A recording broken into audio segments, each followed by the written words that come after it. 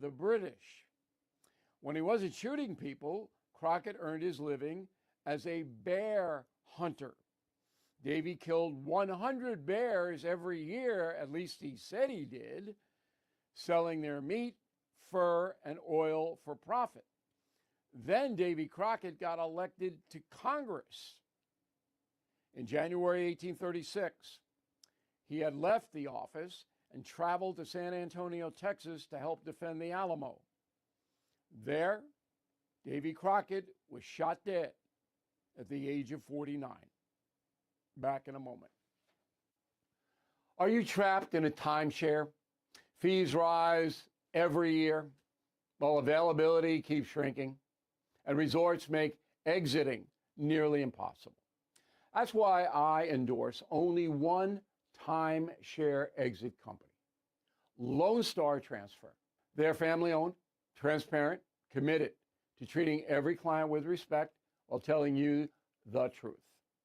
Lone Star Transfer has helped more than 40,000 owners exit their timeshares legally and ethically through a simple, proven process. First, you receive a complimentary case review to confirm eligibility. Next, an exit strategy is customized to your specific situation. Finally, the Lone Star Transfer team implements your plan, guarantees results. So please visit LoneStarTransfer.com or call 855-551-7066. Thank you for listening to the O'Reilly Update. I am Bill O'Reilly. No spin, just facts, and always looking out for you.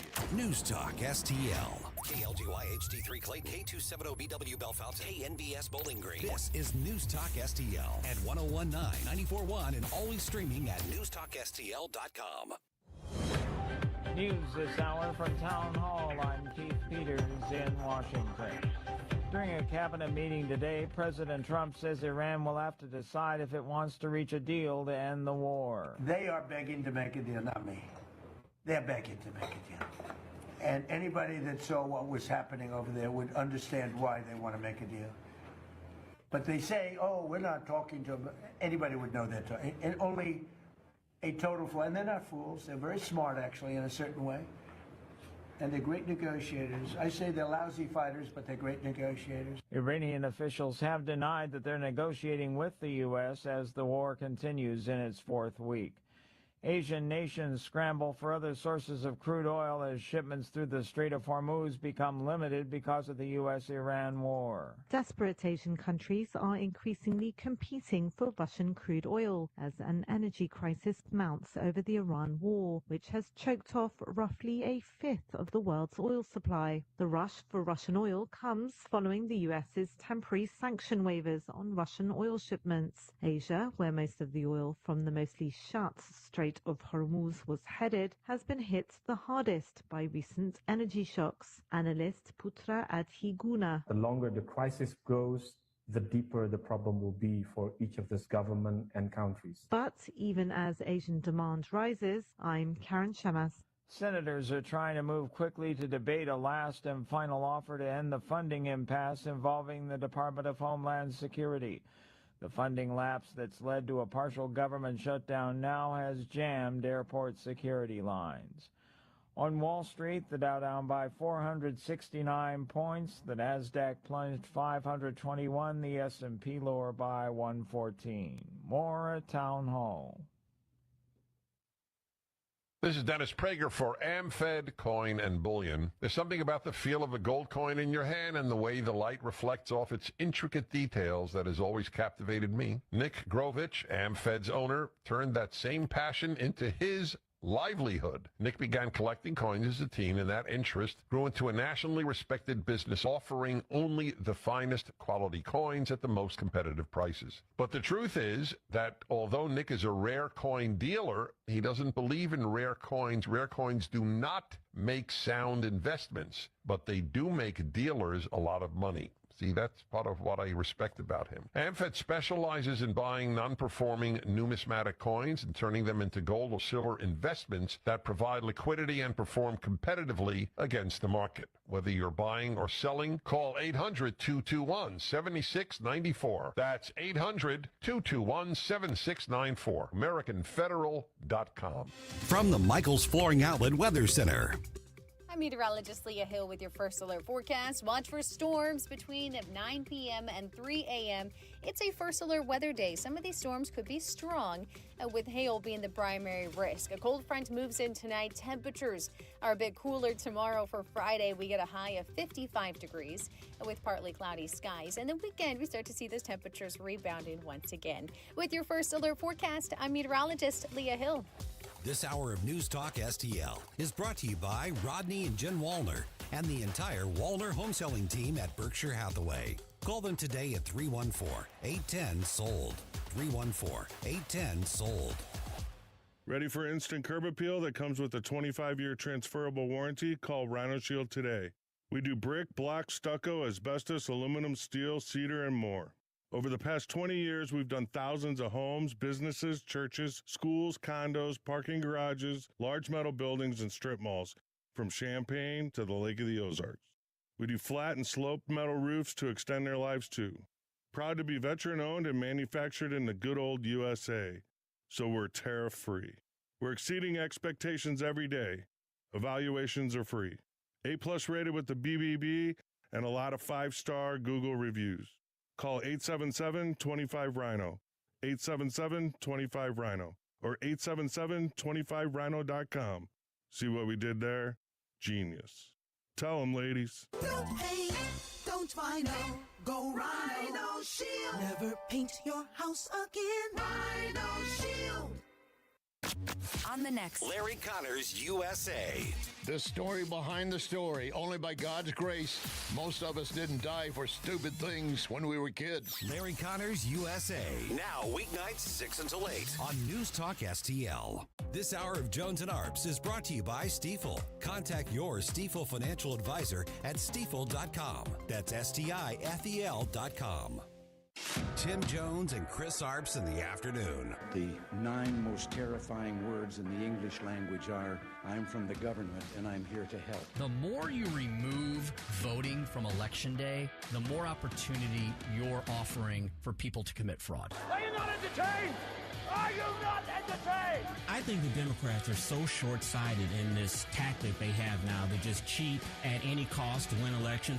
You're a lying dog-faced pony soldier. You said you were, but now you got to be honest. I'm going to be honest with you. What are we doing wrong here? As a former leader in the House, I think you can put your finger on it. It's called leadership. We don't have it. Tim Jones and Chris Arps.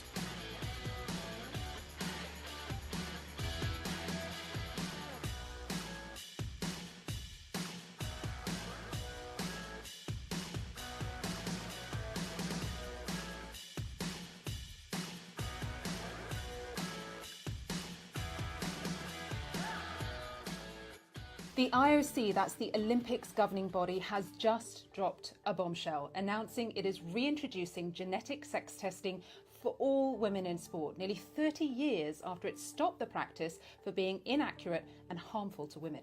Here's IOC President Kirsty Coventry. The scientific evidence is very clear.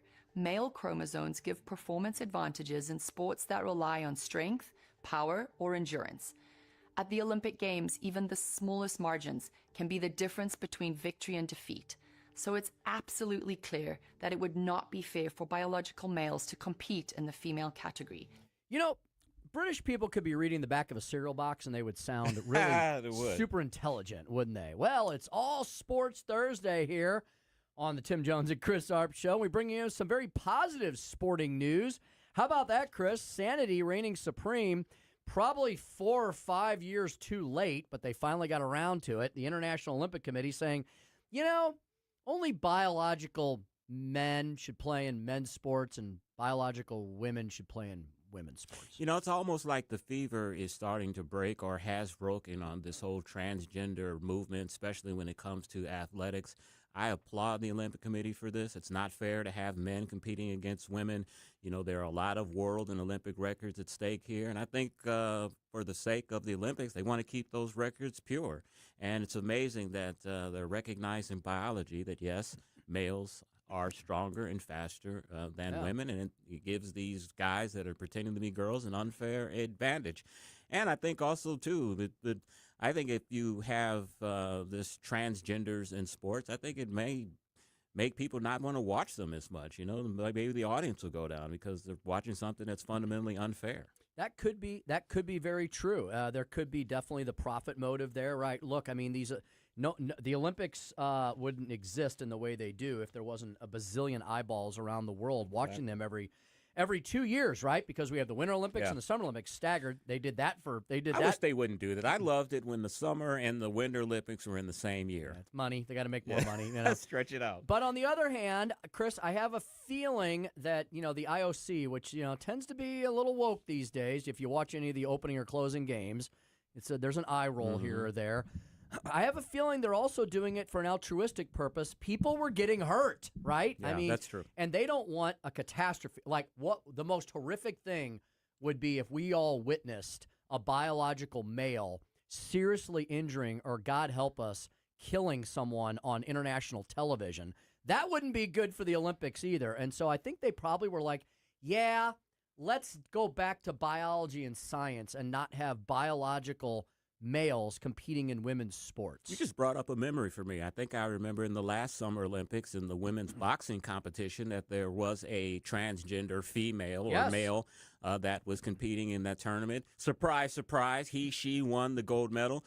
But the controversial aspect of that is, you remember one of the boxers, she just refused to compete against this person. It's like, I'm taking my life in my hands sitting here boxing against a man.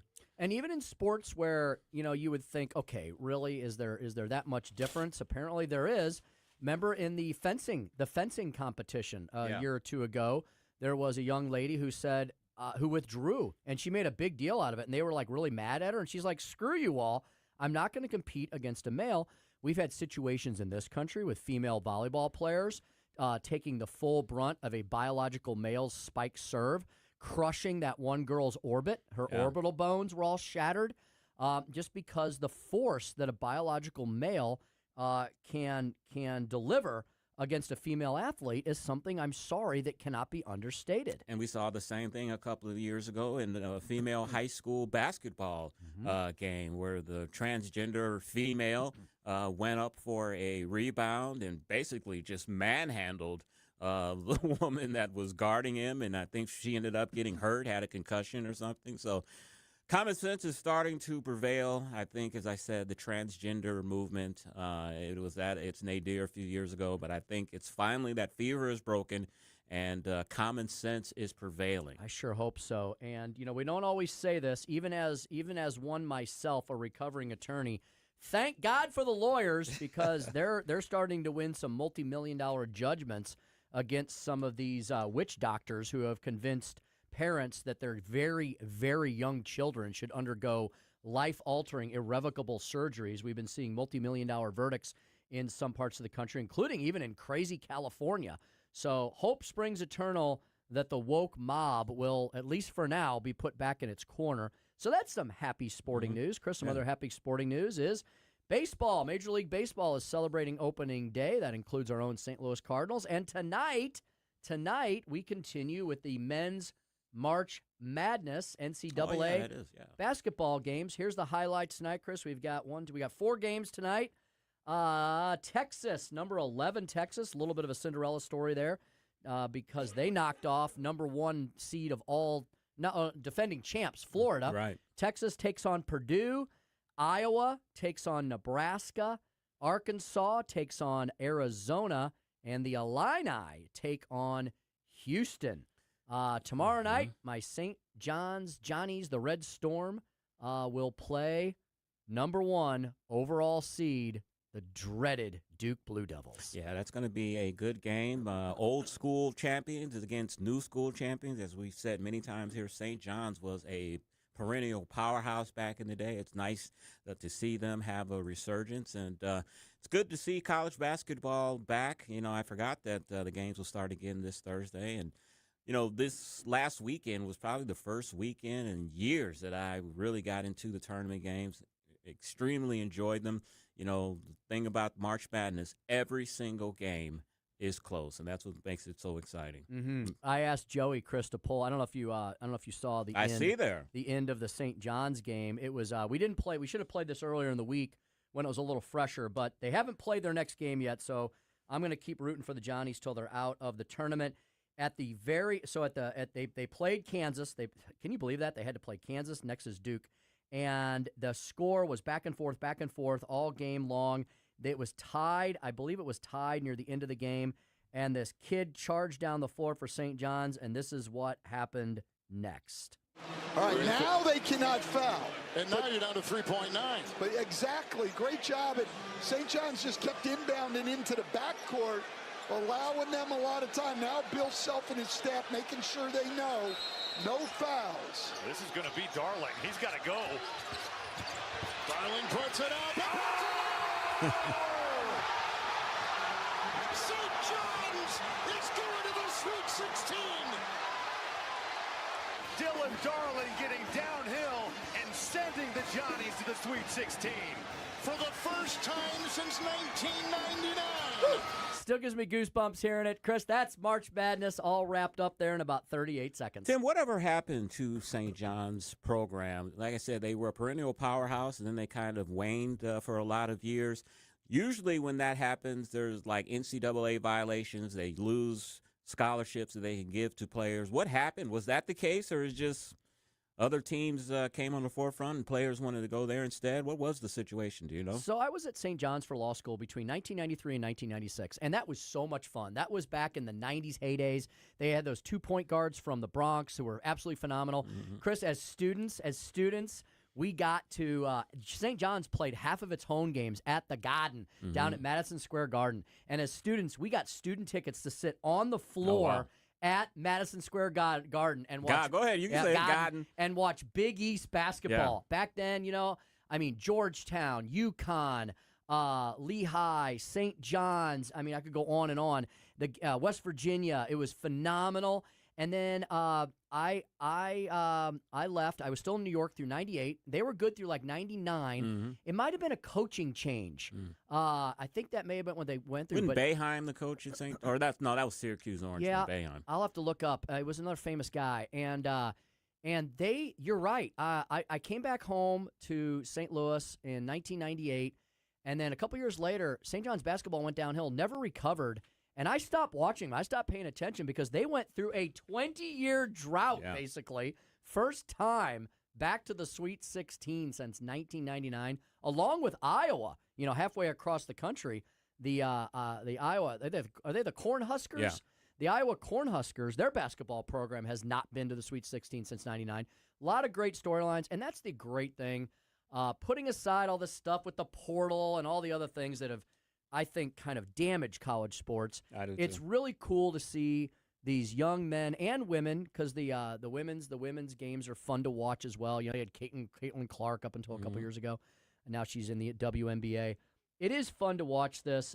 These are kids who have their entire life ahead of them, and to have these one shining moments, as the song goes, are really stirring. They're really heart-moving. This all happens during spring. We're in the season of Lent, about to hit Easter. It's always a really positive time of the year, I think. And there was a song in the middle 80s to show you how St. John's was a perennial powerhouse in basketball.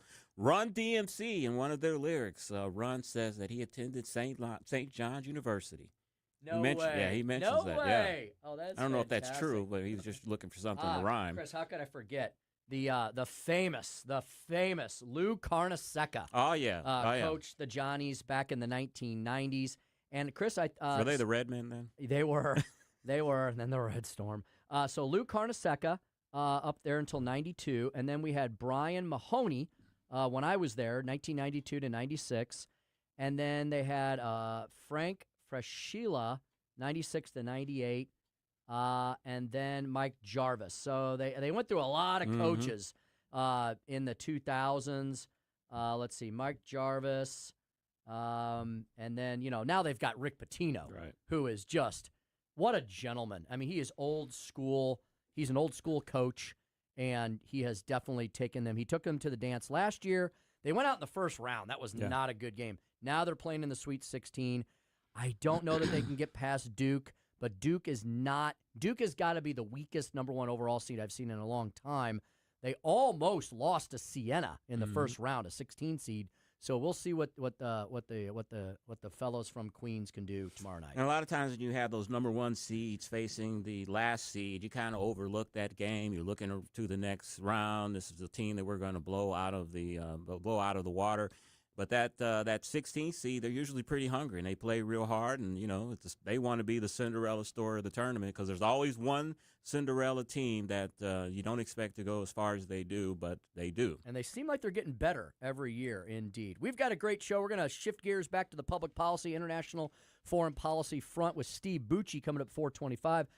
Are we any closer to a deal with Iran, or is it all bluster? Steve Bucci will break that down for us at 425. 445 will have Chris's Corner. Yeah, when government taxes create black markets, have an interesting story about that from down under, about government created a black market, and it's been an absolute disaster. Mm-hmm. At 507, Speaker Stump Speech, I'm going to talk. We're going to give some more attention to that horrible shooting, that horrific shooting of that young college student in Chicago. Speaker Mike Johnson, I had an op-ed published today. The system did not fail Sheridan Gorman. It worked exactly as Democrats intended. Some tough words for the Democrats who have ruined Chicago, as Chris says, Chirac up there in Chicagoland. And at 525, Chris, we're going to have a member of the Jones family on. She's actually a Tunno from mom's side. Ah, great. My mom's cousin, Franny. Fran Tunno is now an author. She's been working on this her whole life. Her dream has come true. Where does she live? She lived in California for a long time, but she may be back in Pittsburgh now. I don't know exactly where Fran's living these days. We'll find that out. And she's going to talk about my great Aunt Mary. She's got a book published called Come On Down. Yep, we're talking about The Price is Right. A little story about my Italian mom's big dream. It was my great Aunt Mary's lifelong dream as an Italian immigrant to appear with Bob Barker on The Price is Right, and she did it. Don't give it away, but I wonder if she won the big showdown. The story ended on a positive note. All right. I'll just say that. We're going to talk about Italian families, cooking, growing up in the Pittsburgh area, and more with my mom's cousin, Fran, at 525. You're not going to want to miss that segment of a lot of fun. Then 545, we'll wrap things up with. We've got a Darwin Award winner here locally. I'm going to tell you about, and it's a tragic story. Okay, but, we won't laugh. This person is a Darwin Award winner. Yikes. All right, all that and more. Steve Bucci kicking things off, answering the question, are we any closer to a deal in Iran? We'll answer that and more when we return on the Tim Jones and Chris Arps Show, 1019, 94.1 News Talk, STL.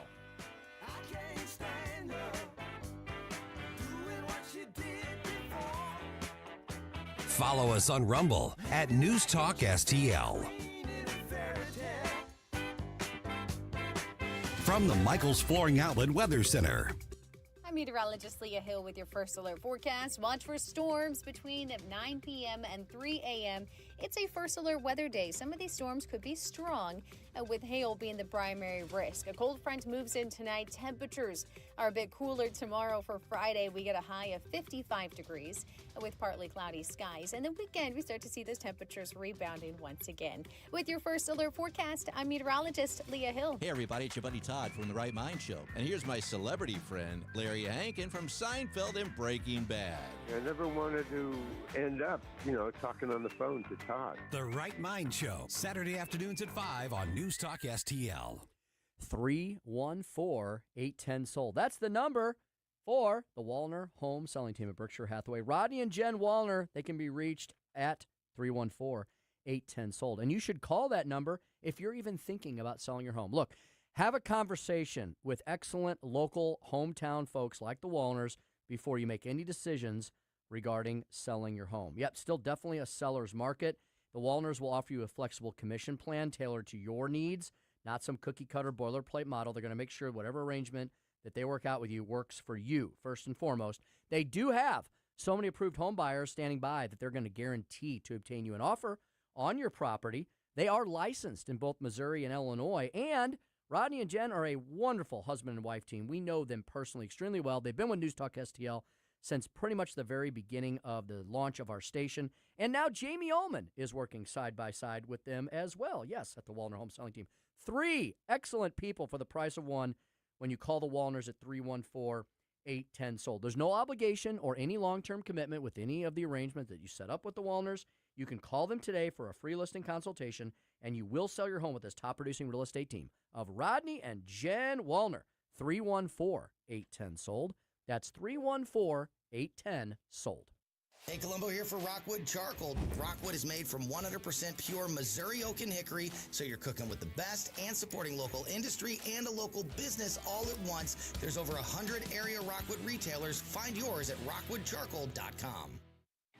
The St. Louis County Insider with Councilman Mark Harder. This week on St. Louis County Insider with Mark Harder, we have Brad Dean, the president and CEO of Explore St. Louis. He will talk to us about upcoming conventions in the region. We also have Dennis Hancock, who is running for St. Louis County Executive on the Republican ticket. Tune in Sunday at 5. The St. Louis County Insider with Councilman Mark Harder. I'll talk to you Sunday night at 5, only on News Talk STL.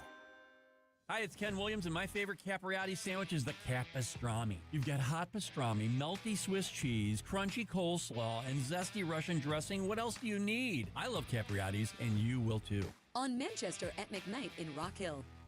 A celebration 100 years in the making. The National Route 66 Centennial Kickoff Celebration, presented by Vital Farms. Thursday, April 30th through Sunday, May 3rd in Springfield. The celebration kicks off with musical guests featuring Little Big Town, Chris Jansen, Gary LaVox, Gretchen Wilson, the Ozark Mountain Daredevils, and the Haygoods. Events continue through the weekend. You are invited to celebrate Route 66 with us April 30th. Tickets and information on Route66Kickoff.com. Brought to you by the Missouri Route 66 Centennial Commission. This Steve Bucci update is brought to you by Hydrodynamics. For all your lawn irrigation, outdoor lighting, drainage, hardscapes, and turf management, online at hydrodynamicscorp.com.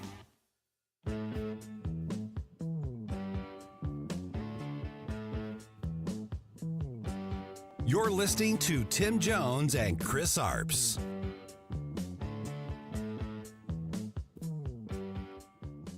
People like this, and now what I'm talking about is not the people of Iran. The people that run this country are radical Shia clerics. These are religious fanatics. Look what they are doing now. At their weakest point, this is the weakest Iran has ever been, and look at what they're doing. They're attacking embassies. They're attacking hotels. Imagine what these people would do if they had a nuclear weapon. That is an unacceptable risk for the world. By the way, the president's not just doing a favor to the United States and to our people. This is for the world. Steve Bucci, visiting fellow for Special Ops at the Heritage Foundation. Oh, yes. What were you about to ask me? Do you expect me to talk? Steve, welcome into the show, my friend. It's good to be back on the show. Thank you for having me. Of course. Hey, before we get started, how did Mrs. Bucci's brackets do last weekend? She's still doing pretty well. She picked even a couple of the, I can't give you the details, but she, because I don't know them, not that I'm hiding them or anything. But she picked a couple of the long shots that came through so far. So we'll see. I mean, she's from Iowa, so she's got University of Iowa and Iowa State in there both. So excellent. We'll see. Okay, Steve, you heard that clip there coming in from Marco Rubio where he said that this is the weakest that Iran has been in a long time, probably since the beginning of the revolution. The question that many folks are asking is if the regime does stay in power, even though we've practically destroyed their military infrastructure, can this be considered a victory when this war does end? Actually, yes, it could. I'm kind of hoping that's not where we leave it, because if you leave these people in power, number one, they're going to continue abusing just the regular Iranian people, which we have gotten kind of motivated to change things. I mean, if you read Twitter at all, the number of Iranians from around the world who want these guys out and the stuff that has snuck out from inside the country, it's clear that a big majority of Iranian citizens want to get rid of this government. So I think we would be doing the world and the Iranian people in particular a disservice if we let these thugs stay in office. And we're not going to do ourselves any good. It's an improvement. You know, they've got a lot less capability. They're not going to be able to blow up the world in the next couple of weeks or even in the next couple of years. But do we want someone who still has that as a goal to still be in power? I don't think so. And I don't think President Trump wants to do that or Secretary Rubio. So I hope we'll take – I mean, these guys we're at the Baghdad Bob level of propaganda. You know, the one guy today said, now that all of the American bases around the region are destroyed and all of their people are hiding out in bunkers, we can finish this. We'll control the Straits of Hormuz forever. And that's total fantasy on, even at the most optimistic level. So that tells you they're in pretty dire straits. They are desperately lying to stay in power. And we need to finish this job, get rid of that regime, and allow the Iranian people to be free again. I think that's a worthwhile goal to seek, because this government for 46 years has been not just a thorn in the side of America and the West, but an active imminent threat. So all the idiots who say, well, there was no imminent threat. Yes, there has been for a long time.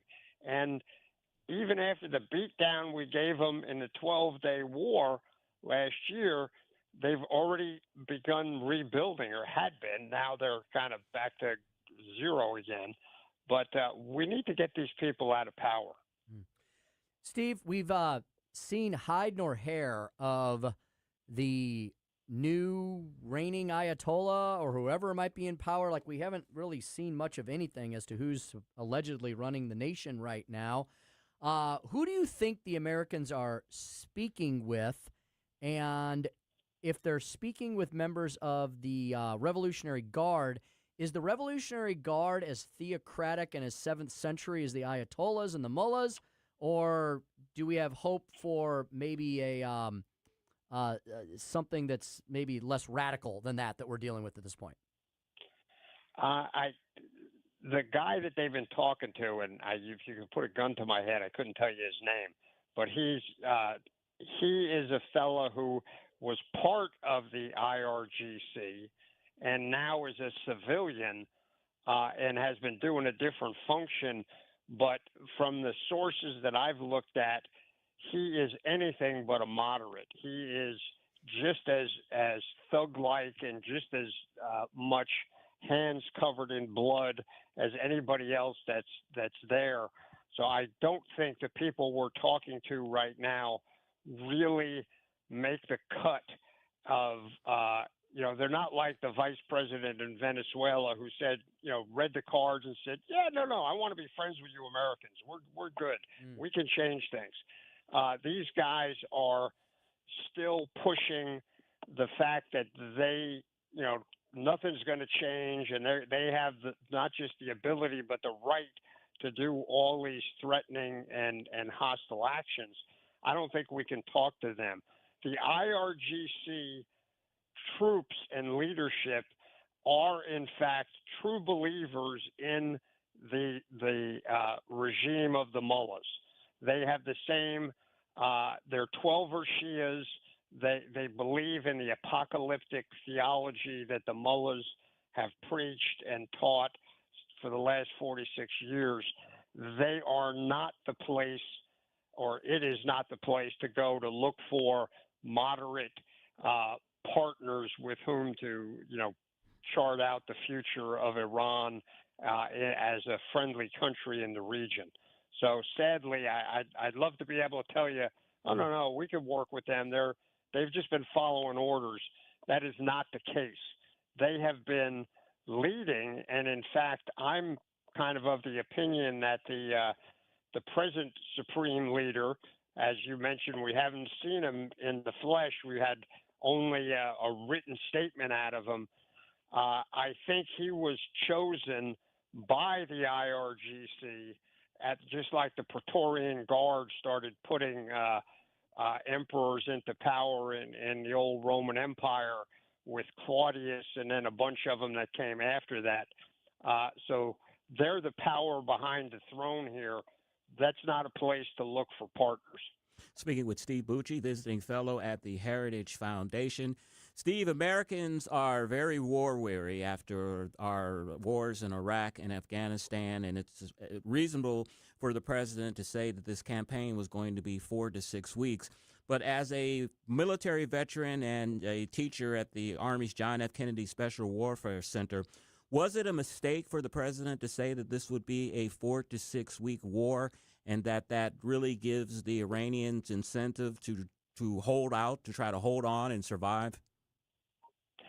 If you ask a military guy, we always say never put a date on it. Describe the conditions that you want to use to define success. And then once those are reached, you get out.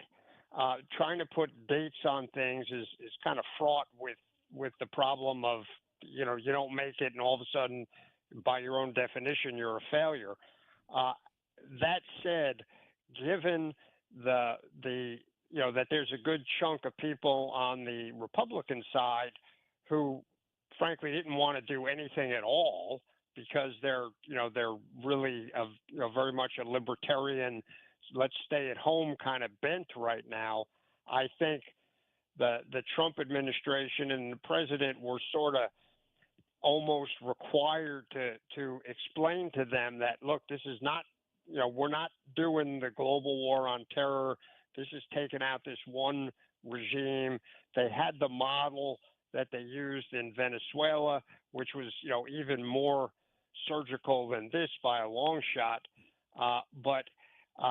So I think they had kind of painted themselves into the corner where they felt compelled to give that time limit. And I think it was based on an actual analysis on what we thought this country could withstand. And frankly, remember now, we're just in the third week now. We haven't reached that point yet, even the lower end one, and definitely not the higher end one of, 6 weeks or so. So I don't think that's been a complete failure yet. Let's wait and see. If the president can come through with the continued beating down and removal of these missiles, and they're getting more and more every day, the destroying of the drones, putting pressure on them through getting control of their oil, getting the Straits of Hormuz open so that there's no background noise from people that are upset about, rises in gas prices or effects on the world economy. I think that they can get to the end of this. I think there's a good chance they can. Obviously, there's no guarantee. But I think the benefit of getting a different non-threatening regime in that country is worth it. Certainly the Israelis believe it was worth it. The Gulf Arab states are all in alignment now saying this is what needs to be done. We've been worried about these guys, frankly, way more than they have been about Israel for a long time. And the mullahs need to go. So I realize that some of our other allies, like some of the Western European countries, don't really want to do this. But that, in the main, is because of their domestic constituencies. They have very large and, in many cases, problematic immigrant populations in their countries that are, going to raise heck if they came out in favor of it and went after the mullahs. But frankly, it's in their interest to do it too. They just haven't reached that conclusion yet. Steve, as to some of the recent tactical moves, I would love to hear your opinion on what it means that the giant aircraft carrier, the USS Gerald Ford, is heading out of the region. but there are quite a few groups of Marines and elements of the 82nd Airborne heading in. Do any of those elements mean anything to you as to what may happen next in this conflict?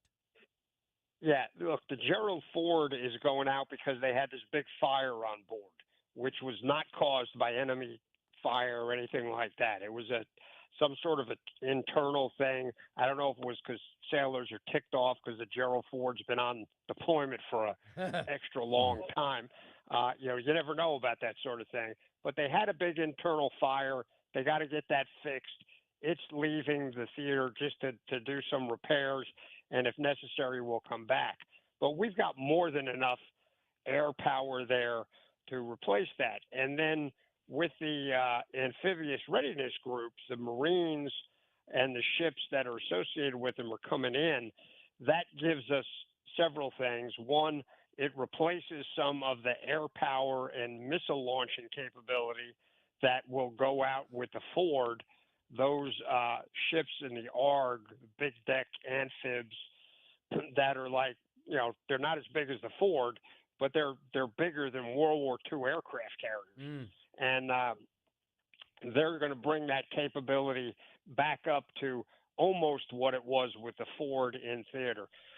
The Marines on board can do lots of things. The 82nd, the whole division is not being deployed as yet, but the command group and some of their combat elements are starting to move. And I also read a report that there was a pretty robust Special Operations Task Force, a JSOTF we call it, Joint Special Operations Task Force, that is being set up there as well, which has two main aspects. One is the fact that we're advertising that we're doing that, not just trying to sneak all those folks in there, means they're using it for messaging.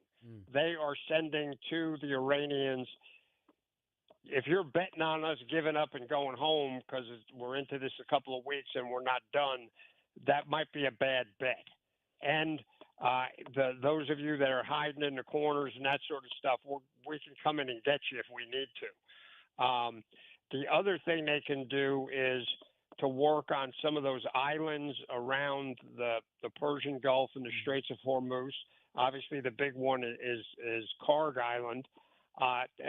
These are forces that are pretty good at getting control of specified pieces of terrain like an island. Obviously, the Marines have amphibious capabilities plus helicopters and Ospreys. The 82nd comes with a lot of helicopters when it does come, and the special operators obviously have all of the special operations aviation. They can all get into things like islands very, very easily, or to do any incursions along the coast that they need to do. I don't think that's their first mission. I think the first mission is the messaging. But if that doesn't work, they can be used in environments where we can make sure that they are supported by overwhelming air power and other support, so that they're not going to get, we're not going to send a couple of battalions of Marines to fight, 3 armored divisions on the mainland of Iran. I don't think that's going to happen. I don't think it needs to happen, and I hope it doesn't.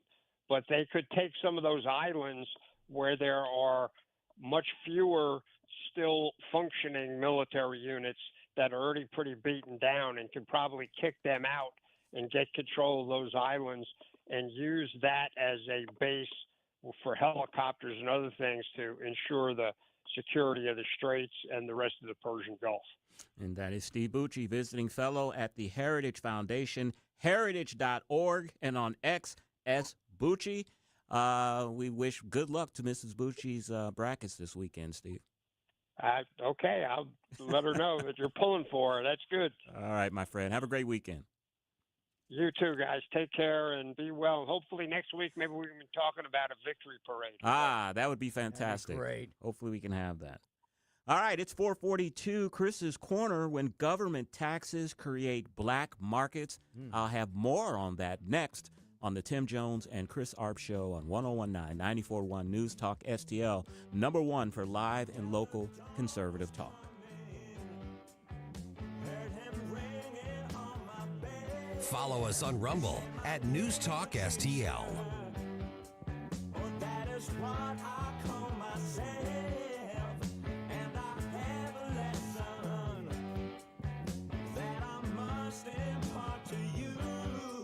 From the Michaels Flooring Outlet Weather Center. I'm meteorologist Leah Hill with your first alert forecast. Watch for storms between 9 p.m. and 3 a.m. It's a first alert weather day. Some of these storms could be strong, with hail being the primary risk. A cold front moves in tonight. Temperatures are a bit cooler tomorrow. For Friday, we get a high of 55 degrees with partly cloudy skies. And the weekend, we start to see those temperatures rebounding once again. With your first alert forecast, I'm meteorologist Leah Hill. I think you're a little confused. News, analysis, opinion. I've got something to say and I can't hold it any longer. 1019 and 94.1. You won't hear the truth anywhere but here. News Talk STL. News Talk STL. If water runs to it or through it, Ambassador Plumbing, they do it. Ambassador Plumbing can be found at ambassadorplumbing.com. Tim Jones here to tell you all about this fantastic, locally owned, independently owned, family-owned business in business for, I think they're going into their 8th or 9th year. Tim Morris, the master plumber, who is the main man there at Ambassador Plumbing, along with his wonderful wife, Austina, who keeps all the books in line and keeps all the appointments in order. Yes, they've been running Ambassador Plumbing 8+ years. Tim Morris has 25 years in experience, 25+ years experience as a master plumber. Tim and Austina own this awesome business. Most of their employees, family members, very close friends. It's a great local, independently owned business. And who doesn't need a good plumber standing by 24/7? I hope you never need them at weird times and weird hours on the weekends. But if you do, Ambassador Plumbing is there for you. So I want you to remember them in case you have any kind of crisis or catastrophe outside of business hours. Now, if you're working on a remodel or a renovation of a bathroom or a new bathroom, they can do that for you too. Yeah, they do great stuff as well as taking care of crises and emergencies and catastrophes. Ambassador Plumbing, if water runs to it or through it, they do it. Small jobs, medium-sized, large jobs. They can take care, of course, of toilets and faucets and garbage disposals, things you may not think a plumber would work on, but like gas lines, cable jobs, sump pumps. Yep, they do it all. And customer service is extremely important to them. They have so many 5-star reviews. They are BBB rated and so much more. In this in Lenten season, I want to point out where they get their name from. Ambassador Plumbing comes from 2 Corinthians. To be an ambassador for Christ, they are wonderful people doing wonderful things for everyone in our region who needs any kind of plumbing services and beyond. They're at ambassadorplumbing.com. That's ambassadorplumbing.com. 42% of Missouri fourth graders can barely read. 42%. It's the worst result in 20 years. If kids can't read by 3rd grade, they fall behind in school, and many never catch up. But other states have provided a roadmap for success. Missouri needs one universal reading test for all 3rd graders and one clear statewide standard for what it means to pass that test. A struggling reader who still can't read after extra help and a second chance at the test should repeat 3rd grade with some exemptions. We also need to end the outdated 3Qing method, which encourages guessing instead of reading, and require teachers to be trained in the science of reading. In Mississippi and Indiana, test scores jumped up dramatically after these reforms, and Missouri can do the same. Missouri children deserve to become confident, capable readers, and strong early literacy reforms can make it happen. The Show Me Minute has been brought to you by the Show Me Institute and Show Me Opportunity. If you have a tree that you think is dead, it might not be dead. Why don't you try to save it first with Roots Plus? Roots Plus can help you save your tree and keep your cash. RootsPlusLLC.com. That's RootsPlusLLC.com or 314-440-3662. Psst. Want to hear the best kept secret in St. Louis? Staff's Pizza. We're not afraid to compare squares. According to our customers, we have the best St. Louis style pizza anywhere. And we can't disagree. Dine in, pick up, or delivery in St. Peters, St. Charles, Lake St. Louis on Fort Trail, and the original Stefanina's in O'Fallon on Veterans Memorial Parkway. Check us out at steffspizza.com. Steff's Pizza. We're not afraid to compare squares. Chris's Corner, brought to you by The Dental Link on Manchester and Baldwin or at dentallink.com. Oh, teacher, I need you like a little child. You're listening to Tim Jones and Chris Arps.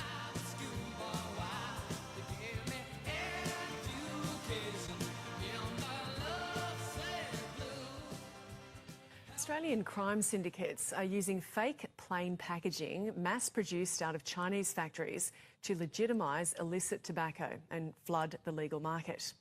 The ABC has uncovered evidence of Chinese manufacturers spruiking the bogus packaging on online marketplaces like Alibaba, claiming it can be fully customised to mimic legitimate products.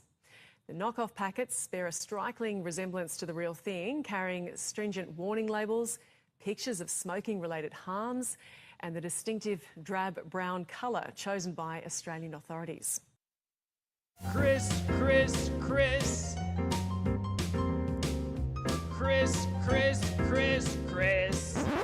And if you don't know, now you know. And now, Chris's Corner. When government taxes create black markets, let me tell you a story about government. Good intentions, bad policy, and very predictable results. Australia decided they were going to stamp out smoking, so they didn't just raise taxes a little bit, they taxed cigarettes into outer space. The government now charges about $1.08 in tax per cigarette. That means a pack of cigarettes in Australia costs about $40 a pack. About 70% of that price is taxed.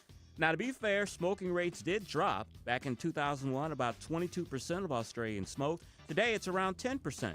So public health officials look at that and say, see, it worked. But here's the problem. That's not the whole story. When you tax something that heavily, you don't eliminate demand, you just change where people buy it. And now we're seeing the consequences. A recent report found that 55% of all tobacco sold in Australia is now sold on the black market. More than half. Think about that. The majority of tobacco sales in Australia are now illegal. And it's not being sold by some guy selling loosies on the street corner. This is organized crime, gang networks, smuggling operations. It has gotten so bad, there have been hundreds of fire bombings of tobacco shops, fire bombings tied to black market turf wars over illegal cigarette sales. So let's step back and look at what happened here. The government raised taxes to discourage smoking, but instead of just discouraging smoking, they created a massive black market. They shifted billions of dollars from legal businesses to criminal organizations, and they created violence where there wasn't violence before. There's a lesson here, and it's a lesson governments never seem to learn. You cannot tax and regulate human behavior out of existence. You can try, you can make something more expensive, you can make something harder to get, but if people still want it, a market will form. Always. We saw it with prohibition and alcohol. It created the mob. We saw it with illegal drugs. It creates cartels. And now in Australia, we're seeing it with cigarettes. It's creating organized crime and violence.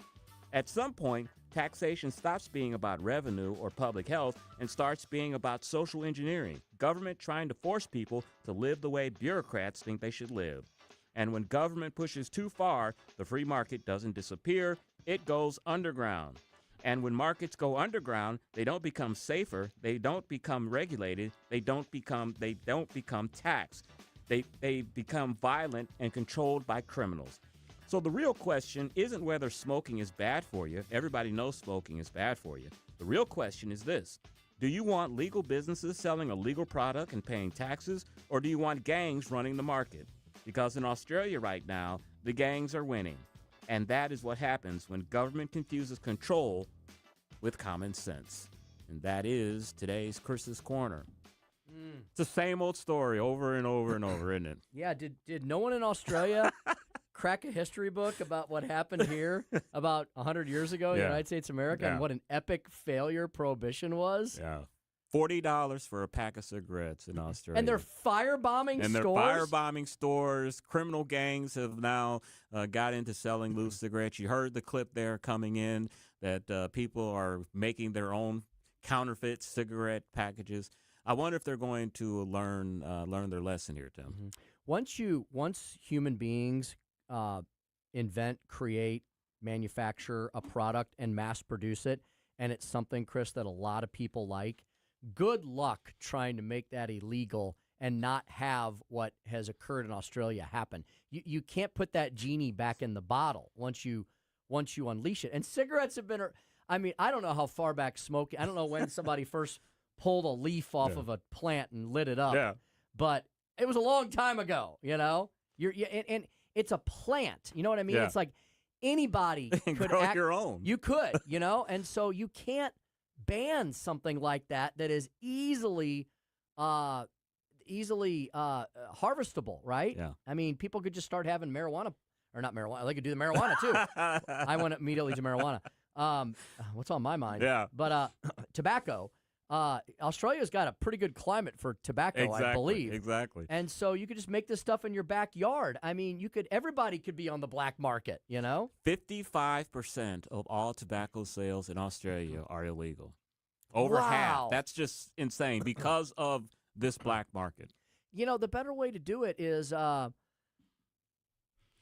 like you did here. Just have tax it. public service campaigns. I mean, Yeah. smoking has dropped off dramatically in the United States because we've got labels on it. We've had public service commercials where you've seen the one where the person has a hole in their throat. Oh, my God, that one's pretty. because they have emphysema. I mean, that stuff worked. I mean, we've seen over the years that kids have stopped smoking regular cigarettes. Now they smoke marijuana, but cigarette smoking has dropped off dramatically because the government did a public service campaign, not try to tax it out of existence. And they eliminated ads. Yes. Right? They got rid of all the. Remember Joe Camel? Yeah. Who was apparently appealing to kids because he was a cartoon character. I don't know if he did or not, but they basically eradicated all cigarette advertising. I barely remember cigarette ads like in magazines and stuff, but they used to be there with the Surgeon General warning. And now I guess cigarette companies really aren't allowed to advertise much hardly of anywhere, right? Have you ever seen the old Flintstone cigarette commercial for Winston? Where No, yes, really? Because back in the day, the Flintstones was an adult cartoon show. It wasn't for kids. It became for kids later on. But I've seen it's a famous commercial of Fred and Barney lighting up a Winston cigarette and talking about how good it is and it's such a good smoke. Amazing. Yeah. So here we go.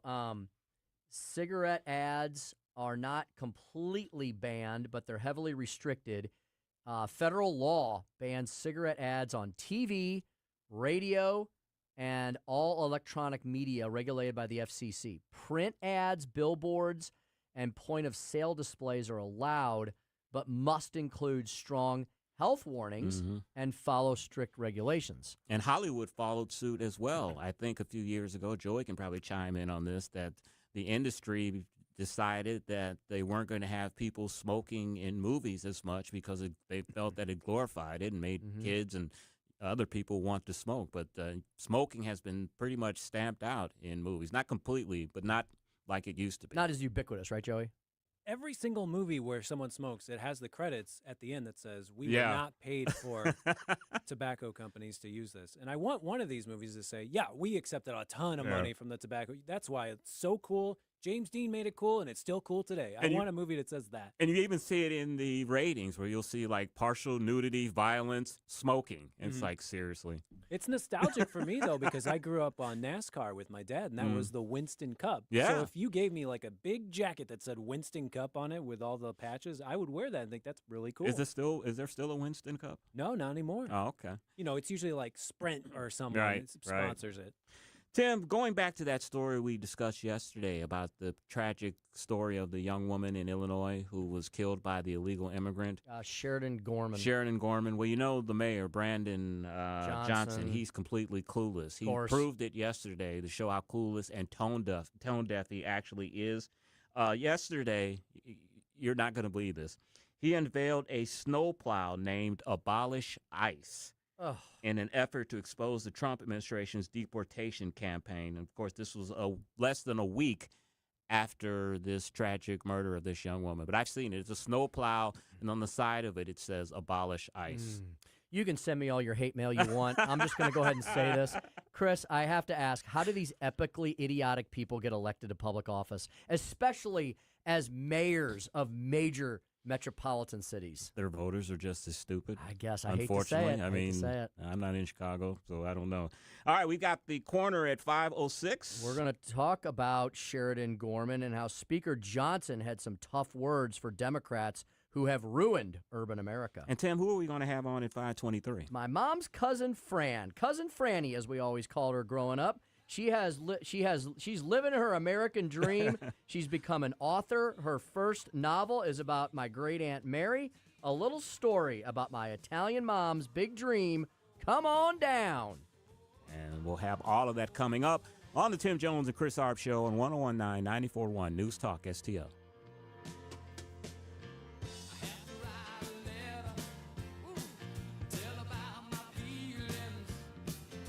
This hour of Jones and Arps is brought to you by Stifel. Contact your Stifel financial advisor at stifel.com. That's STIFEL.com. Hey, it's Vic Porcelli. We're sitting here with our great friend, Chris Cooper. Hi, Chris. What's going on, Vic? How are you? I hear you wrote another book. This one's an e-book. Is that right? The Business Owner's Playbook for Financial Clarity. So it is a great book for entrepreneurs, a very short guide. Give people, business owners, the ability to understand key questions that are important, such as succession planning, legacy planning, getting the IRS out of our pockets, right? Because do you like paying taxes? I do not. I don't think anybody likes paying taxes, right? That just makes sense. And then always talking about protection. And then the other thing from a business owner perspective, what is the biggest asset a business owner has? Probably their business itself, right? We need to make sure we understand what the value of that business is as well. So this new book, I'm sure, is incredibly expensive, right? How much? No, it's a free resource. Oh, it's free. We provide guidance, we provide education because we want to make sure people feel educated and understanding because sometimes you don't know what questions to ask, and we need to make sure we help arm people with information to ask the right question. Reach out to Chris and Stacy today at SerenityWealthNow.com. Investment advice offered through Fortis Capital Advisors, LLC. Concerned about the condition of your windows driving up your energy bills? I was too. It's only called STL Windows and Doors. Call today for your free in-home estimate and start saving tomorrow. 314-277-5952 or STLWindowsandDoors.com.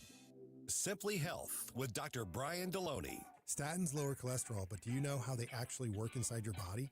And what if there were natural approaches that work through completely different biological pathways? This week, we're diving into cholesterol science you probably never learned. Don't miss it.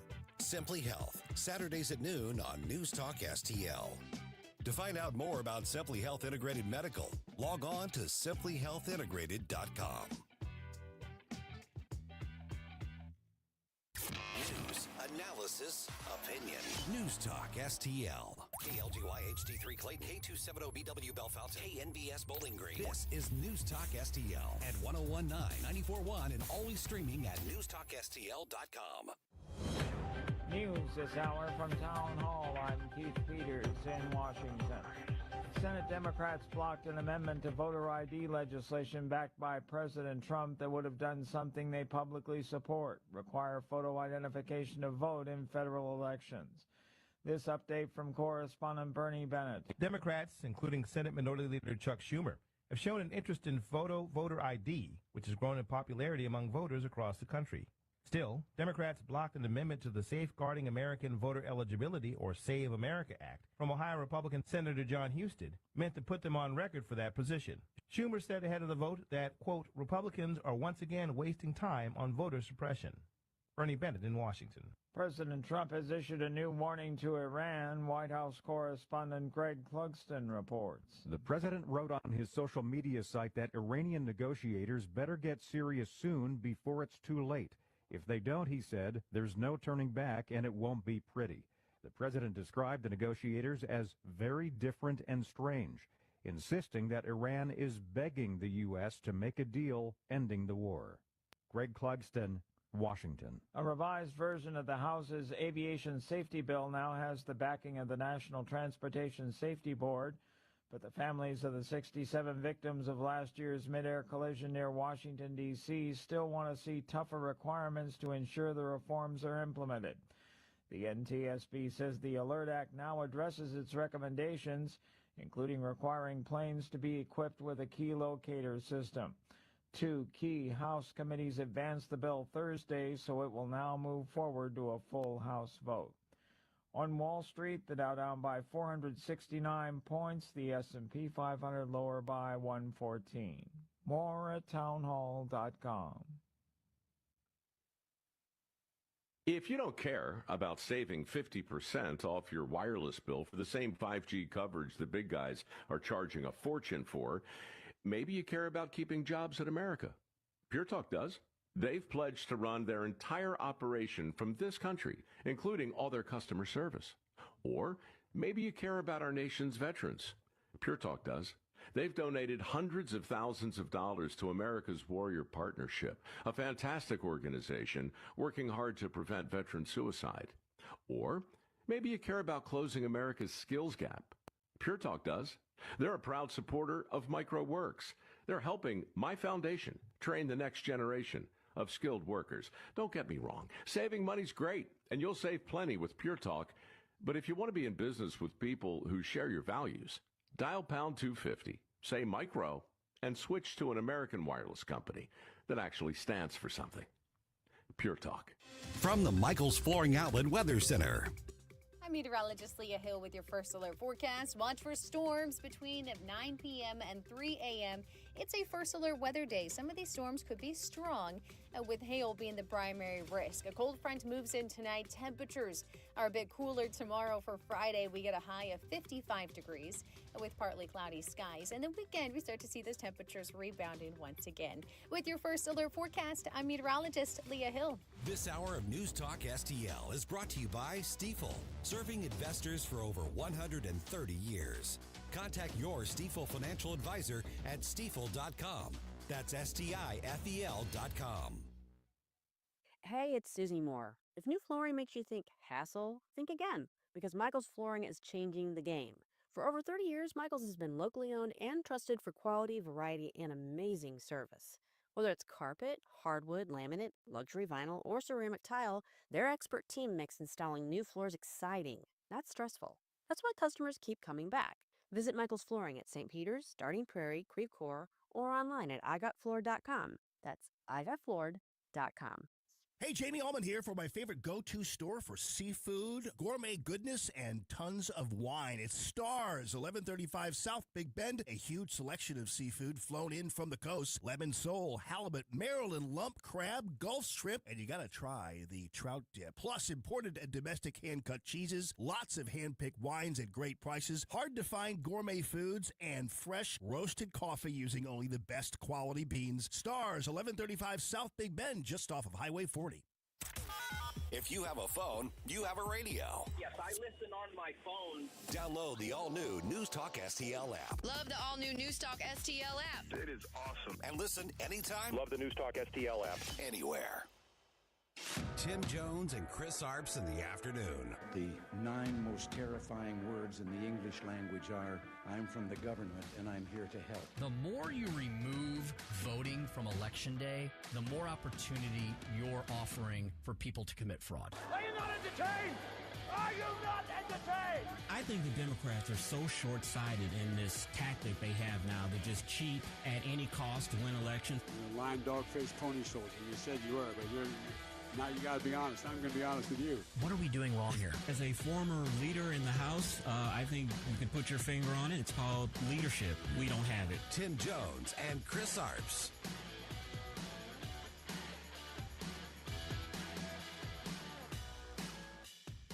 Less than 1 week ago, a precious 18-year-old college student named Sheridan Gorman was shot and killed while walking in a park innocently.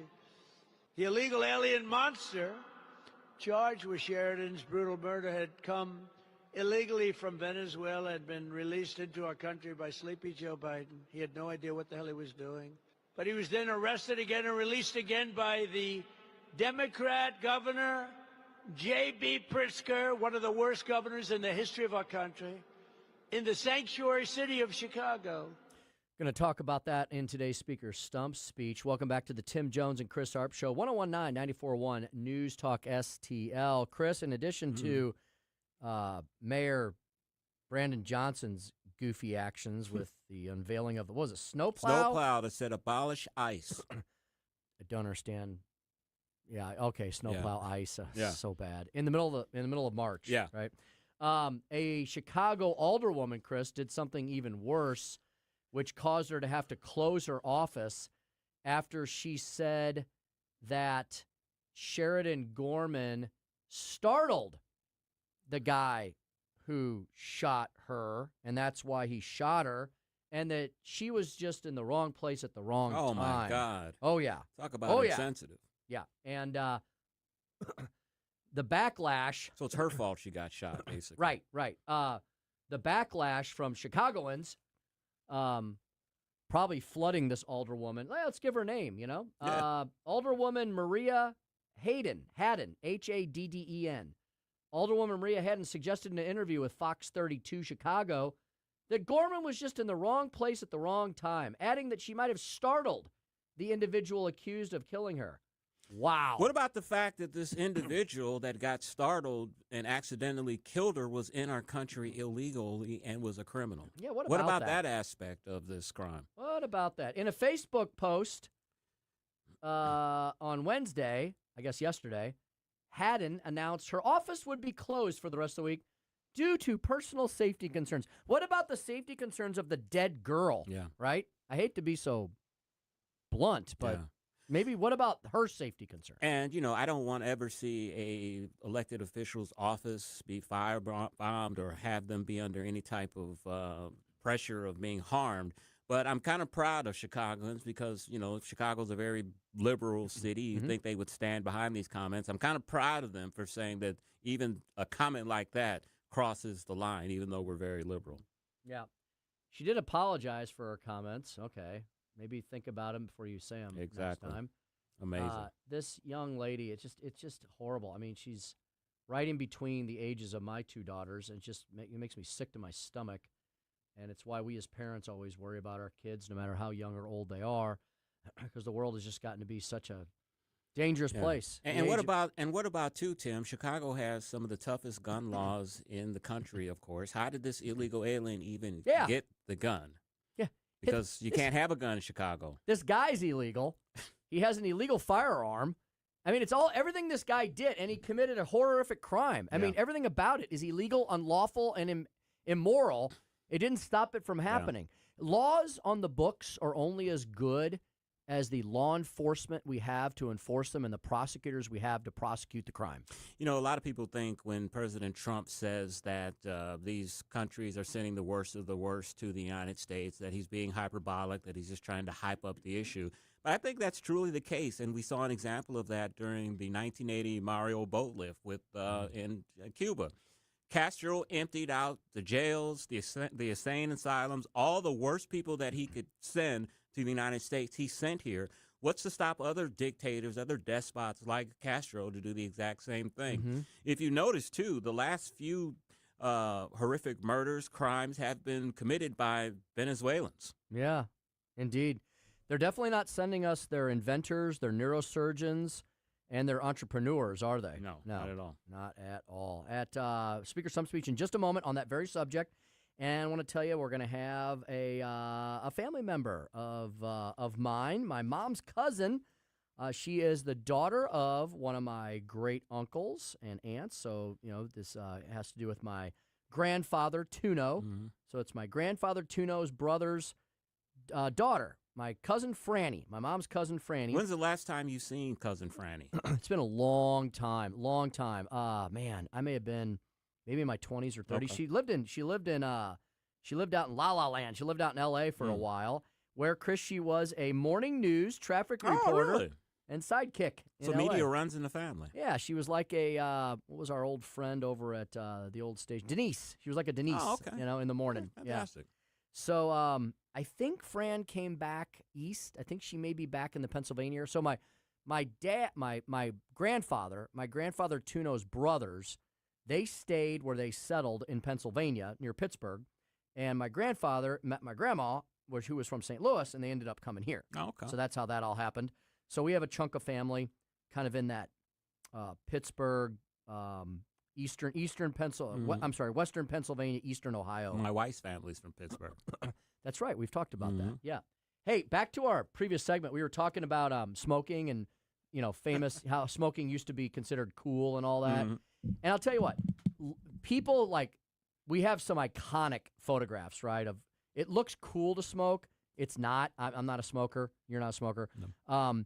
It Cigars. looks cool, but it's a nasty habit. The only thing it looks cool, but doing it smells, it's gross, it's nasty. But I'll tell you, one of the coolest photos I like, Joey will know this one. Joey, it's that famous old black and white of Humphrey Bogart, Lauren Bacall, and Marilyn Monroe. And Humphrey Bogart kind of got in trouble for this photograph because I think he was dating Lauren Bacall at the time. Yeah, they ended up getting married.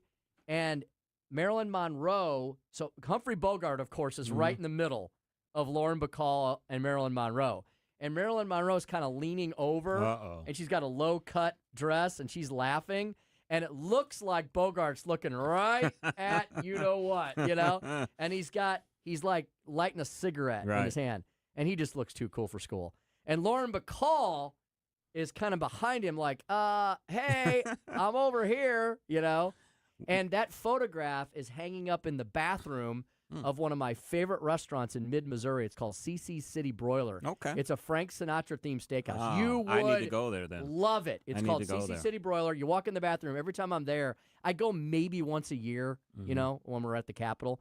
And I walk in there, I'm like, it's still there. I love that photograph. I thought you were going to mention another famous movie star from back in the day who was known to look cool while he was smoking was James Dean. Yes. There's a lot of pictures of him with the cigarette. Indeed. Joe, you know what I'm talking about? You ever seen that photograph? No, I don't look at women like that. Joey always makes us feel bad about ourselves, like we're a couple dirty old men. But kids, smoking is not good for you, okay? I just said it looks cool, but it's not, okay? And I had to mention cigars because I know Joey would have given me crap if I didn't mention that I do smoke cigars. And Joey lets me know when I come in smelling like a cigar. He's not very pleased. I think Commander Connors is known to light up a nice stogie every once in a while. At Lit Cigar Bar. At Lit Cigar. Yeah, one of our advertisers. Does Billy Crow host a smoking podcast now or something? I always see him hanging out at Santino's. Well, he's hanging out with Jamie Ullman, I guess, there. Oh, I don't know. Yeah, I need to go to Santino's. That place sounds really cool. It's down in Jefferson County. Oh, okay. Is it Imperial? Is it near Imperial, maybe? Or Kimswick. I hear Jamie advertises for them, and sounds like the coolest place. So yeah. Tim Jones and Chris Arps show rolling on. Oh! Speaking of fun things to do, one more thing. If you want to go check out Mike Ferguson's show live, he will be at Whistle Pig Outdoors tomorrow morning, Friday. Name. Yeah, it's such a great name. Whistle Pig Outdoors in Lincoln County, Troy, Missouri. Just get on the website newstalkstl.com. You can get all the details. But Chris and I love doing remotes. Joey, not so much, but because we make him do all the work. But Mike Ferguson will be with Susie Moore and producer. Now, are they making you do that tomorrow? Joey's like, yep. I got to get this show over with. I got to go to bed. You got to go to bed. I get up at 3 a.m. And then you got to drive to Lincoln. Then you got to drive to Lincoln County. Mm-hmm. You might as well drive to Canada.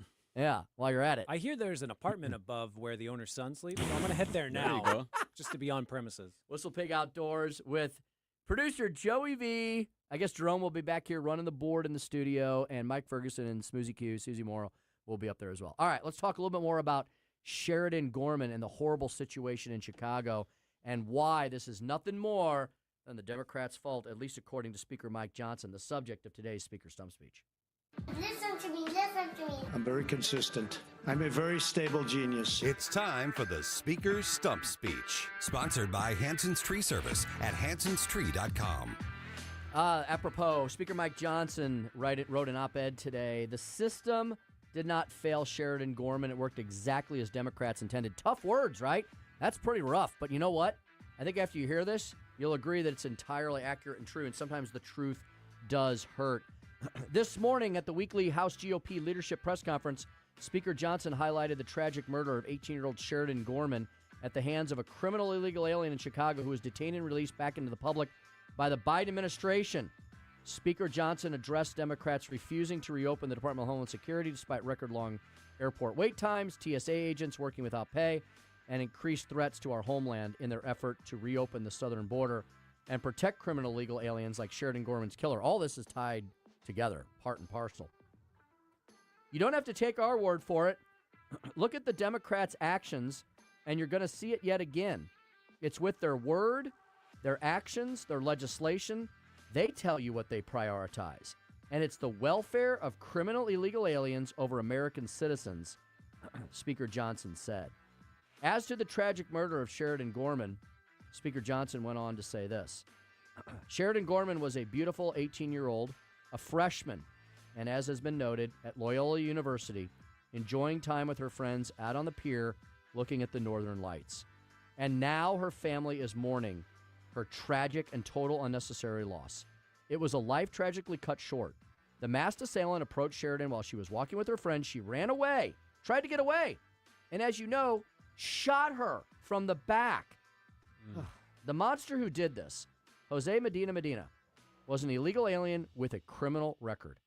Why is that so relevant? Because it's Democrat policies that made that tragedy possible. He had no legal right to be in this country.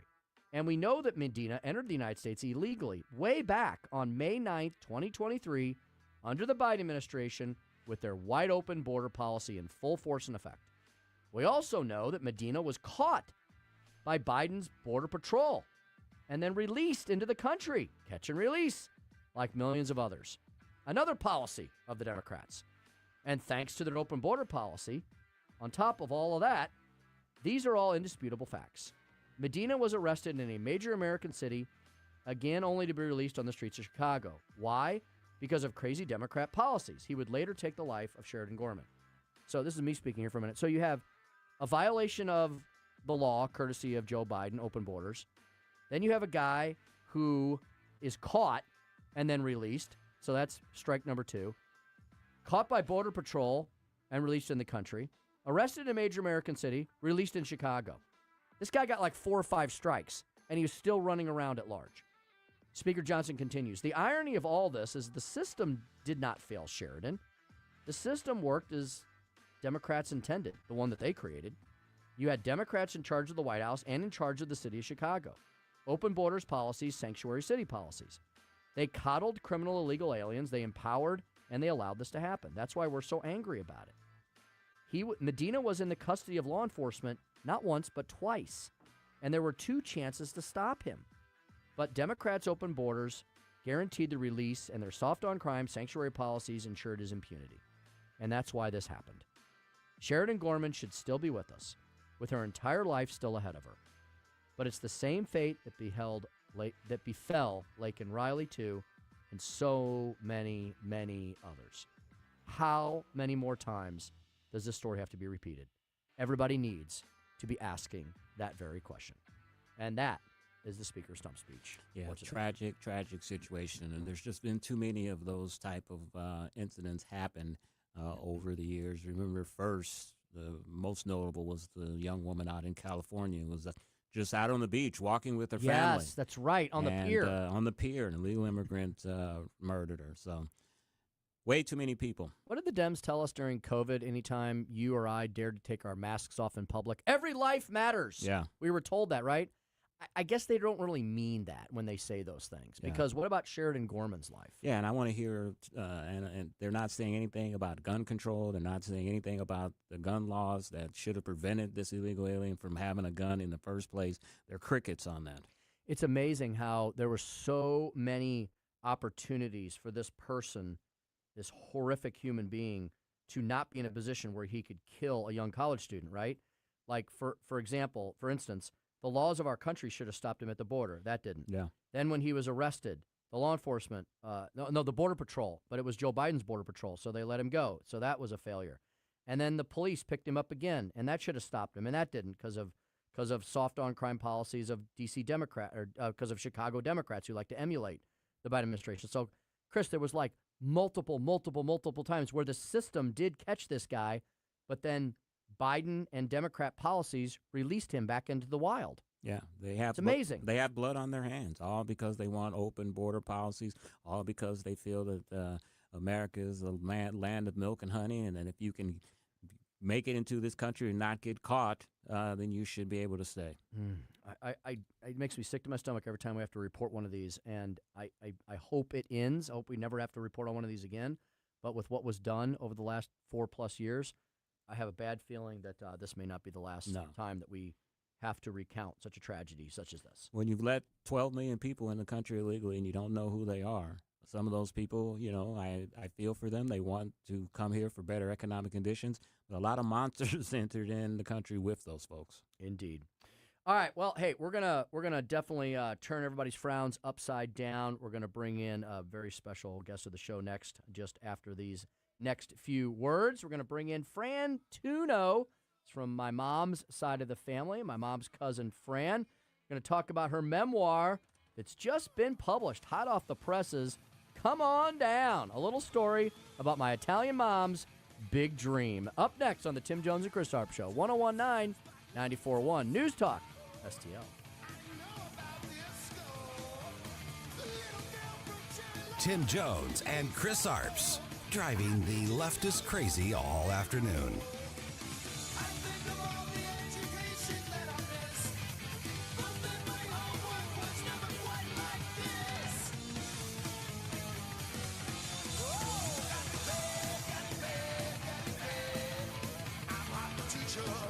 From the Michaels Flooring Outlet Weather Center. I'm meteorologist Leah Hill with your first alert forecast. Watch for storms between 9 p.m. and 3 a.m. It's a first alert weather day. Some of these storms could be strong, with hail being the primary risk. A cold front moves in tonight. Temperatures are a bit cooler tomorrow for Friday. We get a high of 55 degrees with partly cloudy skies. And the weekend, we start to see those temperatures rebounding once again. With your first alert forecast, I'm meteorologist Leah Hill. All the information I need on the drive to work. Mike Ferguson in the morning. I keep it on throughout the day, whether it's local, national, or something big that's happening overseas. News, analysis, and opinion. St. Louis is #1 for conservative talk. News Talk STL.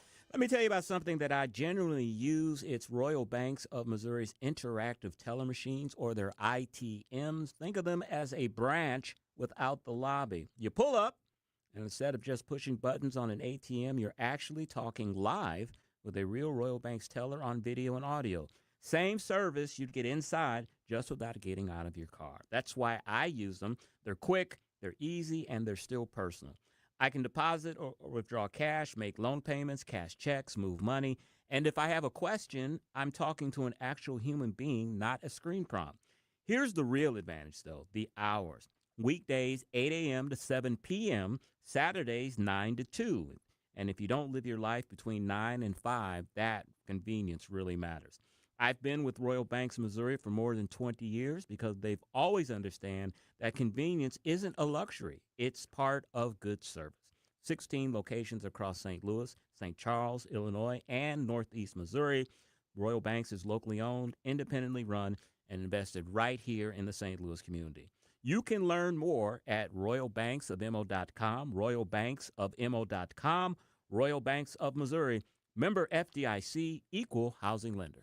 Jamie Allman here, tossing and turning over retirement worries. You're not alone. 3 out of 4 Americans share your concern about having enough saved. But here's the thing. A comfortable retirement isn't out of reach, even if you're planning for 30 or 40 years ahead. Every day, Jeff Portman from the Gemini Wealth Group helps people avoid the critical mistakes that can derail their retirement. Build your path to financial confidence. Visit GeminiWealthGroup.com or call Jeff directly at 314-888-0123. Securities and advisory services offered through LPL Financial, a registered investment advisor. Member FINRA, SIPC. Why are you going to work? It's Sunday. It's a brand new show on News Talk STL. JC's Sunday Showgram. This week, it's great backstories of my celebrity brush with greatness incidents. Adam Sandler, Vanna White, Ozzy Osbourne, and Mike Myers among them. Plus, here goes Stan Kroenke making threats again. And what was it like working with Howard Stern? I did, beginning this week back in 1982. All brought to you by the Weber Automotive Group. Sunday morning, 7 to 9. Then podcast each Monday on NewsTalkSTL.com. License number GL250000615. We've seen all kinds of clogs, so remember the rule. Only flush 3 things. Number 1, number 2, and toilet paper. What about my dinosaurs? No. My monster truck? Nope. What about... If it's not the big 3, don't flush it. But if someone does flush a dinosaur... Call Grasser. We clear the clog and get things moving again. Green is always Grasser at Grasser. PricerHomeservices.com. This hour of Jones and Arps is brought to you by Stifel. Contact your Stifel financial advisor at stifel.com. That's STIFEL.com.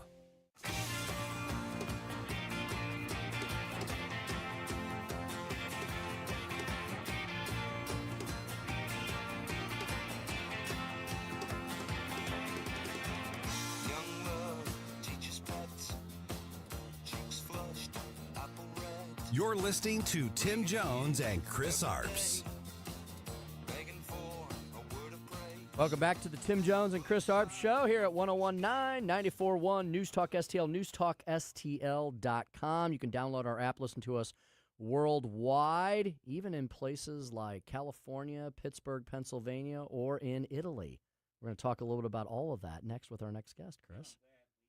Tim, I'm glad that we have our next guest after that very depressing Tim Speaker's Thumb speech. Yes, we're gonna lift everyone's spirits up, turn everybody's frowns upside down. I want to introduce our massive audience to my mom's cousin, Fran, Franny Tunno. She joins us now. You can check her out at frantunno.com. She got a brand new book out, something she's been working on for a long time. And Fran, I don't know if you remember this or not, I was an English literature major in college, so I couldn't be more proud of you that you have published the great American novel.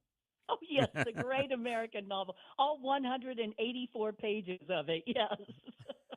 It's a good short read.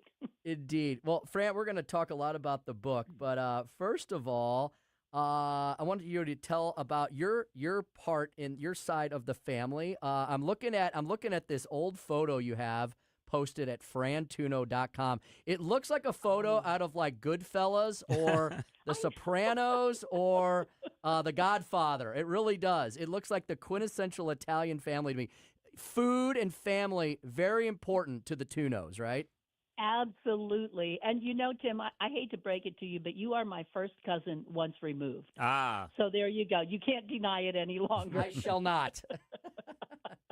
Anyway, yes, I am the first cousin of your mom, and we shared fathers who were brothers, which is wonderful. Mm-hmm. And I'm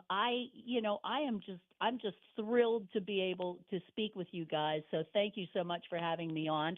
And yes, that photograph was taken on Thanksgiving, good Lord, many, many years ago when I was still young. I think it might have even been before. I don't know, maybe 24, 25, 26, somewhere around there. And because my nephews were very, very small, and I left and moved away when they were still little. So, yeah, it's such a you know what's funny, Tim, is you look at every picture that every Italian family has. It's always around the table. It's always tons of kids. It's always families with mountains of food, and everybody's smiling and happy. And I don't know. I think there's just something wonderful about that.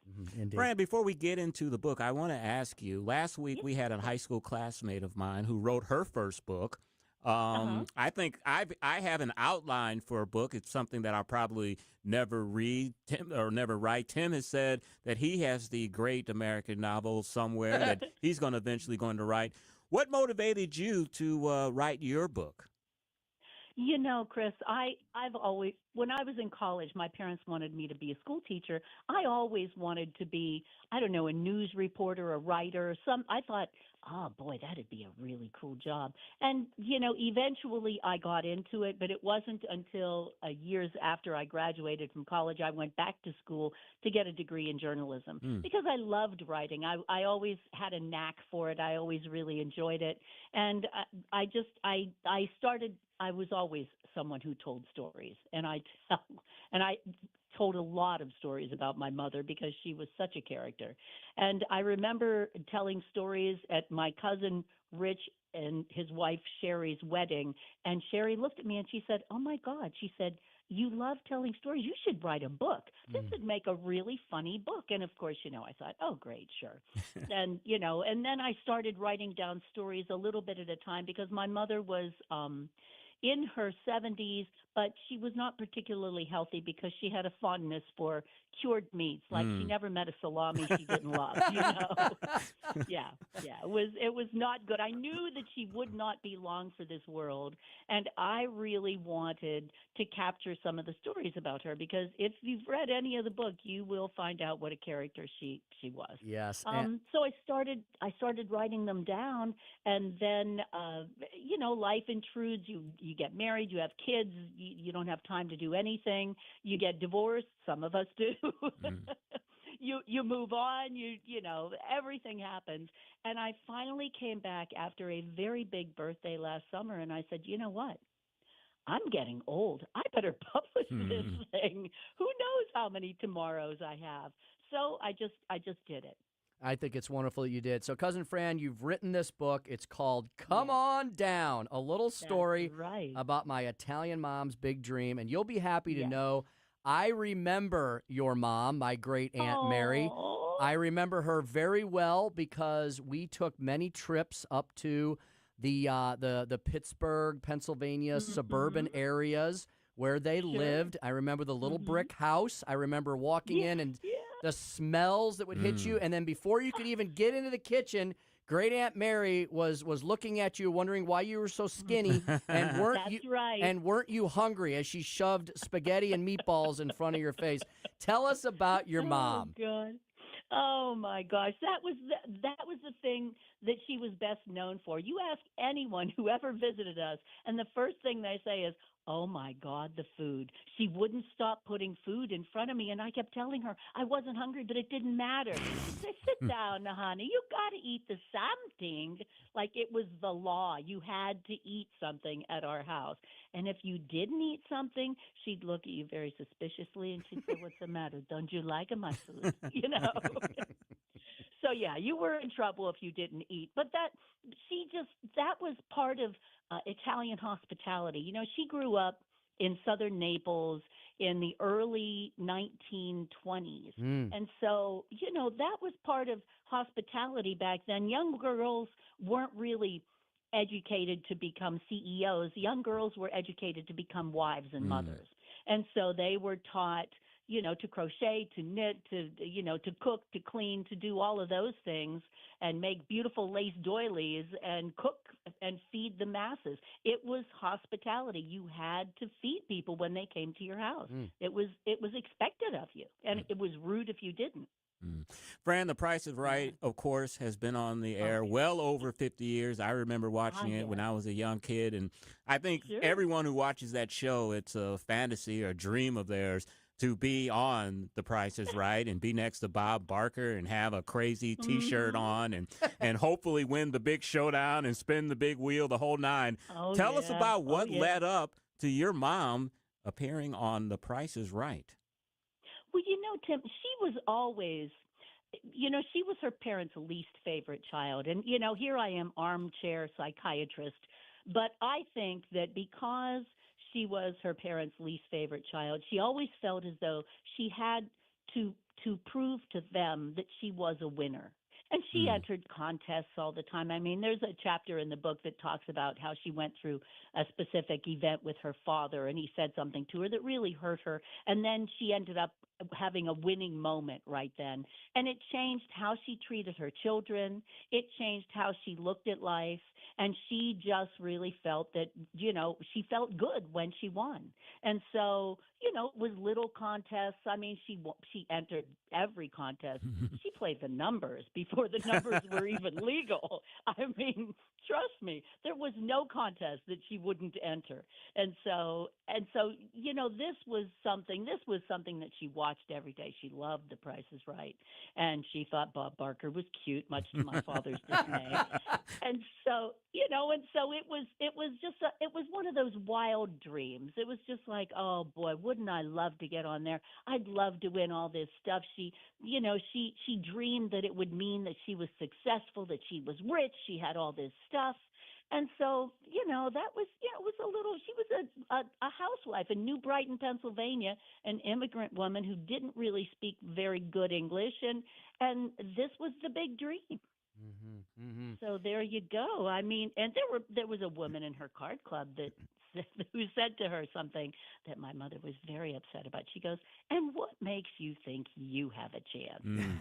Oh boy, that was not the thing to say. So she got my on mother stage? Was so mad. Did she get on Yeah, stage? my mother. Oh. My mother did get on stage. She was called. She was. Johnny Olsen said, "Mary Tunno, come on down." He mispronounced her name. So yeah, it wasn't a great moment. But anyway. So Cousin Fran, without giving the entire book away, tell us a little bit about. I think you went. If my memory's correct, from what the parts I've read from the book, you went on this adventure out to California, right? Yes. What was that? Well, what was that like? Well, I had a friend. I had vacationed there because one of my best friends from college moved there, and he said, "Hey, come on, visit, go on vacation." And I did, and it was really nice, and the weather was perfect, and my hair wasn't frizzy, and it was great. And all his friends were really fun, and I thought, geez, this would be great. And I was at a transition point in my life, and I thought, yeah, I think I'll move to California. And of course, my mother, being an Italian, overbearing mother, was just like inconsolable. Oh, friends, you can't go, you can't go, and she's mopping the floor and crying and, wailing. I mean, truly, it took days. And I'm at the dining room table. She's mopping and crying. And I said, "But Ma, if I move to California, you can come visit and be on The Price is Right." Holy And smokes. Tim, I swear to God, it was as if the tears backed up into the tear duct. And she stops and she looks at me and she goes, "Really, Francie? You think I have a chance?" I mean, honest to God, it was instant. And then it was like she couldn't get me out of there fast enough. Oh my! Seriously. So yeah, I needed a change, and that was it. I just said, "Yeah, California. Why not?" So she ended up out there, and how do you get on The Price is Right? Like, how does that happen?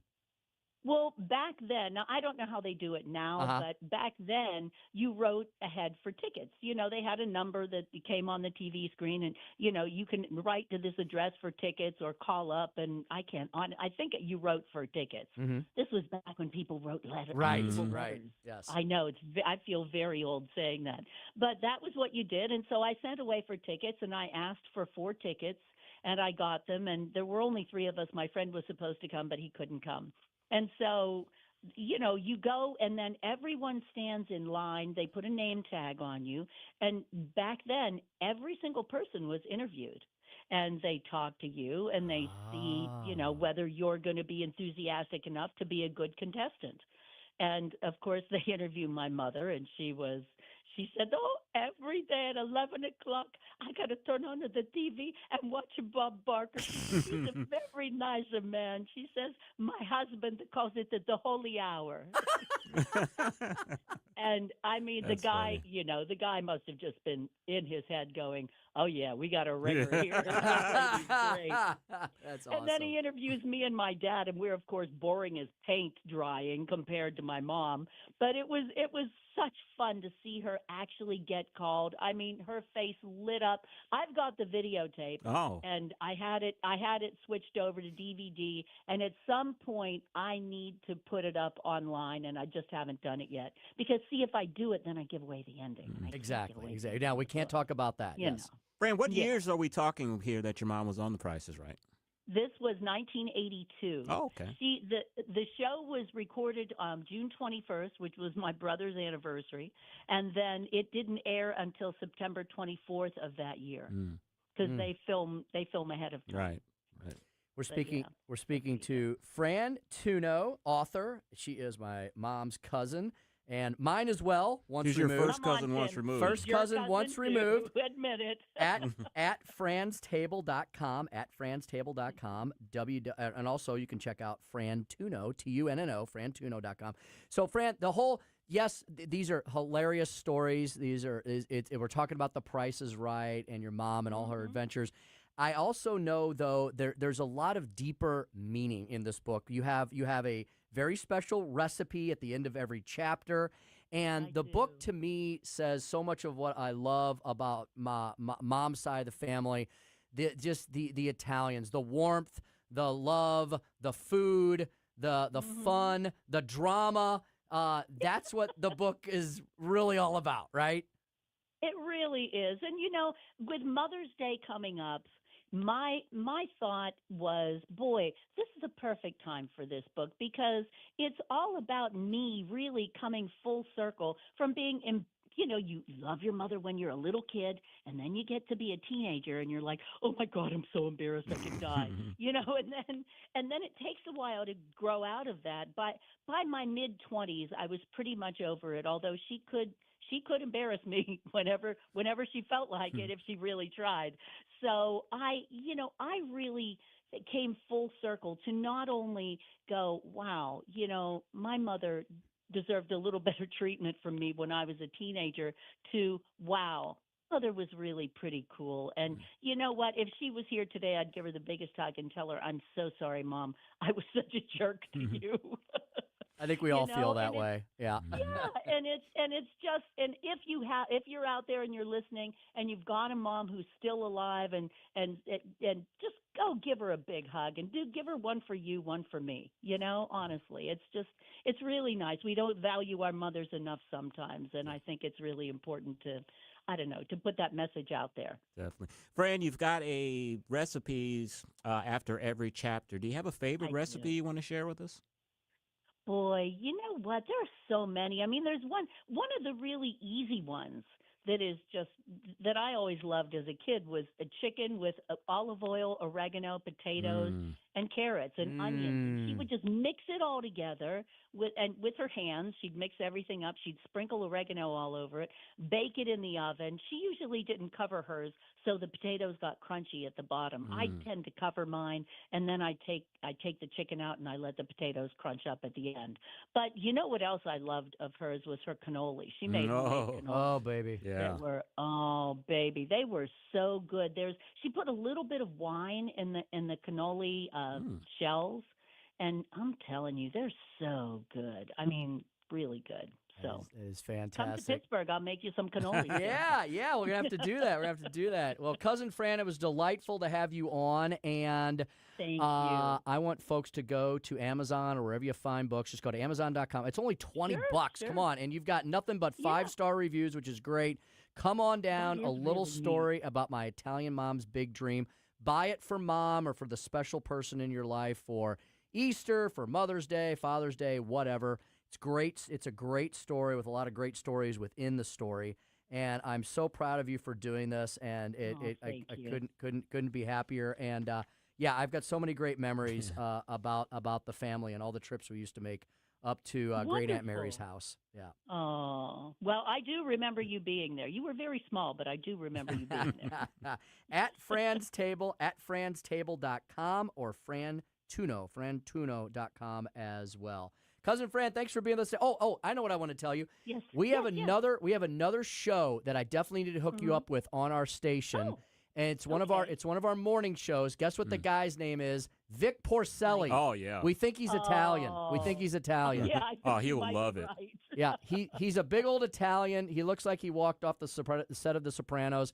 He moved to St. Louis from New Jersey about 30 years ago, and I know he would love to talk to you about this book. He would. Well, that sounds wonderful. I would be happy to talk to Vic. You can, if Joey, your producer, will send me his information, I will happily contact him. We'll get you all hooked up. Thank you very much, Fran. We'll talk to you again soon. Thank you guys Thank so you. much. I so appreciate you. Take care. Indeed. All right. At franstable.com, frantunno.com as well. I am being absolutely. I know I was little, but Aunt Mary was somebody who left an impression on you.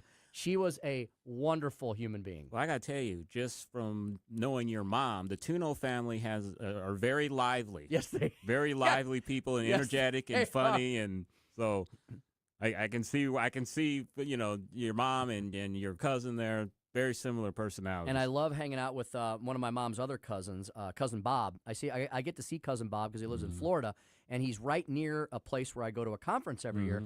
He reminds me so much of my grandpa, Tunno.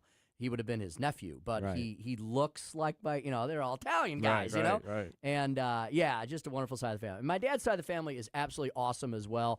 But you know those Italians, Chris. Woo, boy, do they leave a mark on you. Definitely. So, yeah, indeed. All right, we're going to take a final break. Sorry we went a little long there. Sorry, Jeff, but I think Cousin Fran was worth it.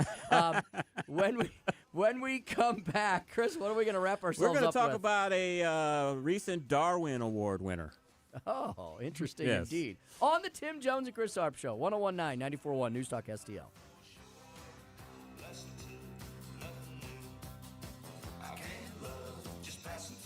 Follow Tim Jones on Twitter at Speaker Tim Jones.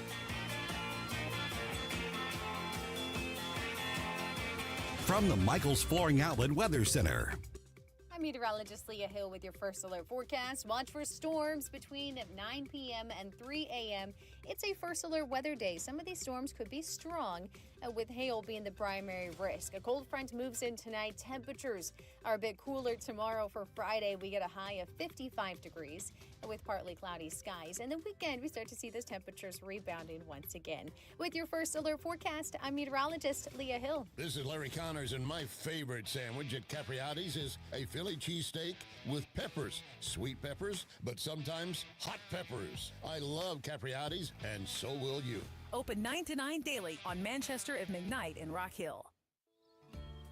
There's something magical about walking into your backyard and knowing your family is completely safe and secure. Hi, I'm Sean Long, owner of STL Fenceworks. That's the feeling my team and I have been creating for metro area families for more than 50 years. Whether you're adding your first fence or finally creating the outdoor sanctuary you've always wanted, we offer premium vinyl and stunning ornamental options, all designed around your family's specific needs and lifestyle. While other companies struggle with supply delays and rising costs, we've always proudly used all American-made materials, which means better pricing and faster installation for you. Our experienced craftsmen exemplify our motto, your satisfaction is our passion. From Warrenton to Wildwood, your neighbors trust us because we live here too. And we care about your project as much as you do. Right now is the golden time to build with flexible financing options and a commitment to completing your fence on time and on budget. Visit stlfenceworks.com. Connor Roofing. You can count on Connor. Connor Roofing is now a two-time winner of the National Best of the Best Award for customer satisfaction for roofing, storm damage restoration, siding, gutters, both residential and commercial. Please visit connorroofing.com for an estimate. And remember, you can count on Connor.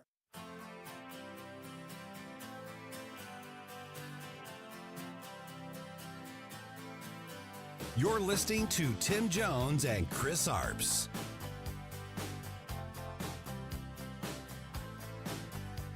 Well, it started out down a dirty road. U.S. Postal Service is now set to add a first-ever 8% fuel surcharge on packages. The post office says it will be a temporary price change that only applies to packages, not to letter mail. Consumers and businesses will start seeing that fee on April 26th. It is due to surging fuel prices since the war with Iran began. Now, other carriers, including UPS and FedEx, have automatic surcharges that kick in when fuel prices go above a certain threshold. 5:49 on the Tim Jones and Chris Arps Show. And you almost have to feel sorry for the USPS. They have been in budget problems for years. I think I saw last that they're like $5 or $10 billion in debt. Their pension plan is vastly underfunded. And I've advocated for a long time that they need to just privatize the mail service. Let somebody buy it. Let UPS or FedEx buy it so it can be ran efficiently.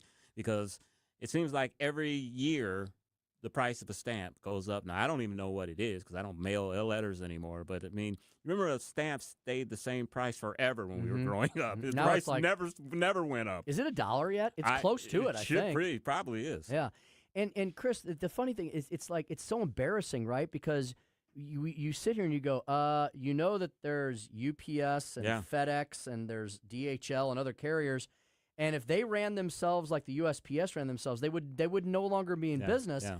And so you look at the USPS and you're like, what is wrong with you all? Why can't you figure this out when you have this plethora of other companies that deliver millions of packages, I would imagine, a year, and they make a profit and they employ tons of people all over the globe? The only reason USPS is in business is because by law they are the only ones that can deliver first-class mail. Mm-hmm. Other than that, if they didn't have that, they would be out of. So basically, they've become a social welfare program. Yeah, basically. You know? And you know, Tim, when you get your mail nowadays, it's just AARP magazines or it's junk mail. Or you never get anything really significant anymore because everything is online. Mm-hmm. Yeah, I'm looking up because I really don't know. I don't mail either. things. Oh my gosh, we're close. A first class stamp now is 78 cents for one stamp. Yeah, that's why I do stuff online. You know what? I have a Price is Right story. Do you really? I watch not personally. I watch a lot of reels on Facebook. You know, you get caught up in them. Before you look around, you've been on it for like an hour. But they had a clip of a post or a Price is Right show, probably in the 90s or 80s. Bob Barker was still the host, and it was this guy, Tim. He was about as country as blue suede shoes. He was from North Carolina, had a real thick accent. And he talked about how he watched The Price is Right every single day. He was just a devoted fan. So he got called up. Not called up. He was one of the 6 contestants. You know, you have to bid on the price. Oh, yeah, they're bidding on stuff, yeah. This guy watched the show so much, he knew the exact price of one of the items. He was like, one, because he bid, and it was like $1,238. And it's like 42 cents. And, and Bob was like, boy, that's a very precise number there. How did you get that? It's like, oh, I already know what it is. I saw it before on the show. And as soon as all the other contestants gave their bids, you heard that ding, ding, ding, ding sound. He did. He got the price exactly right.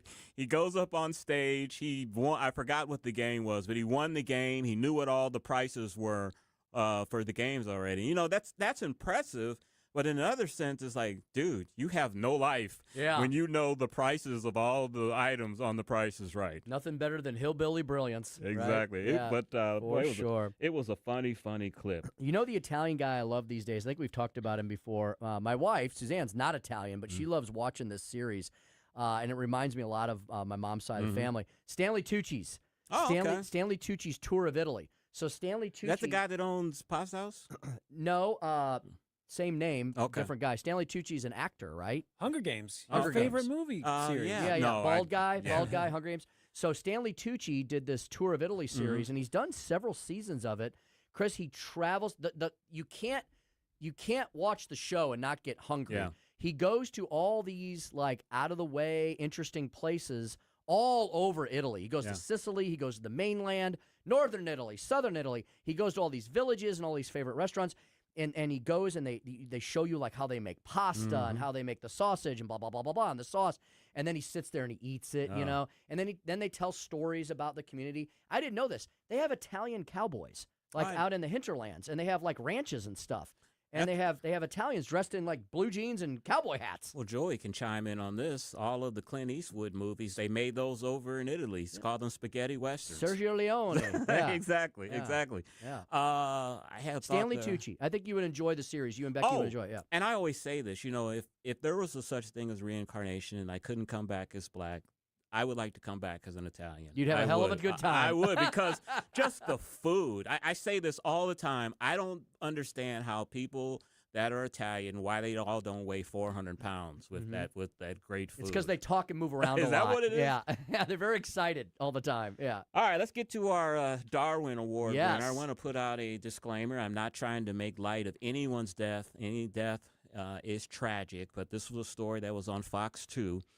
First responders in Franklin County pronounced 34-year-old Cody Lashland dead at a power plant, Ameren Power Plant. Investigators noted a DeWalt grinder that was attached to a 12-foot pole near his body, as well as a snapped telephone pole and downed power lines. Pieces from a broken vehicle side mirror were also found. Investigators determined, Tim, that he had been using the modified grinder to reach and cut AT&T wires, which were located next to the power line wire. The pole snapped, and he was electrocuted. What? Now, here's a kind of thing where, boy, with friends like these, you don't need any friends. His friend named Henderson asked him to ride to the power plant. Lashley retrieved his modified grinder he'd stashed nearby. Henderson maneuvered his truck under the power pole, and Lashley stood in the truck bed for extra reach as he cut the wire. Once he cut the wire, the tension caused the pole to snap and the wires to fall on the truck. His good buddy, his good friend, said he thought that Lashley jumped from the truck, and when he hit the ground, the truck and the wires were laying across it, became electrified. That's how he died. He said he quickly pulled the truck away, separating the wires from the truck and from Lashley. After seeing Lashley was dead, Henderson claimed he fled out of fear. So it's like, dude, give him mouth to mouth, or, hey, call 911 and say, hey, I know I was doing something I shouldn't have been doing. We were trying to cut these power lines. My friend has been electrocuted. 911, can you come out? Yeah. And what a buddy, huh? What were these two yahoos doing trying to cut power lines? Trying to get the copper. Oh, they're trying to steal the copper and sell it. Unbelievable. I'm sorry. That's a Darwin Award winner. I'm not trying to be funny, but this sounds like an episode of King of the Hill or The Simpsons. I mean, I can't believe this stuff happens in real life. I hope I don't get a bunch of emails or somebody writes a station. I'm not laughing at his death. It was tragic. He was 34 years old. Apparently, he had a family. But it's like, dude, the last place I'm going to steal copper from is from an Ameren power plant. Live power lines. Live power plant. And I guess he went quick with something like that. But it's tragic. It's horrible. How much money were you going to get from Seriously. And what do they tell you the first thing in a storm? Stay away from any downed power lines. Yeah. Much less going and trying to down them yourselves. And then he has some modified thing where he's standing in the bed of a truck trying to do this. And unfortunately lost his life. All right. Great show today. Fran Tunno, make sure you go get her book, Come On Down, a little story about my Italian mom's big dream. Up next, Larry Connor's USA, the story behind the story, things that almost killed Larry when he was a kid. I hope he wasn't trying to steal copper. You're listening to the Tim Jones and Chris Arps Show on 101.9, 94.1 News Talk STL. Drive safe and have a great evening. As you know, Vincent's is not just my favorite jeweler.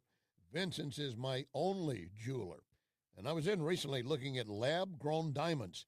These are not glass. They are actual diamonds, but they cost a fraction of a natural diamond. You can check them out at Vincent's.com or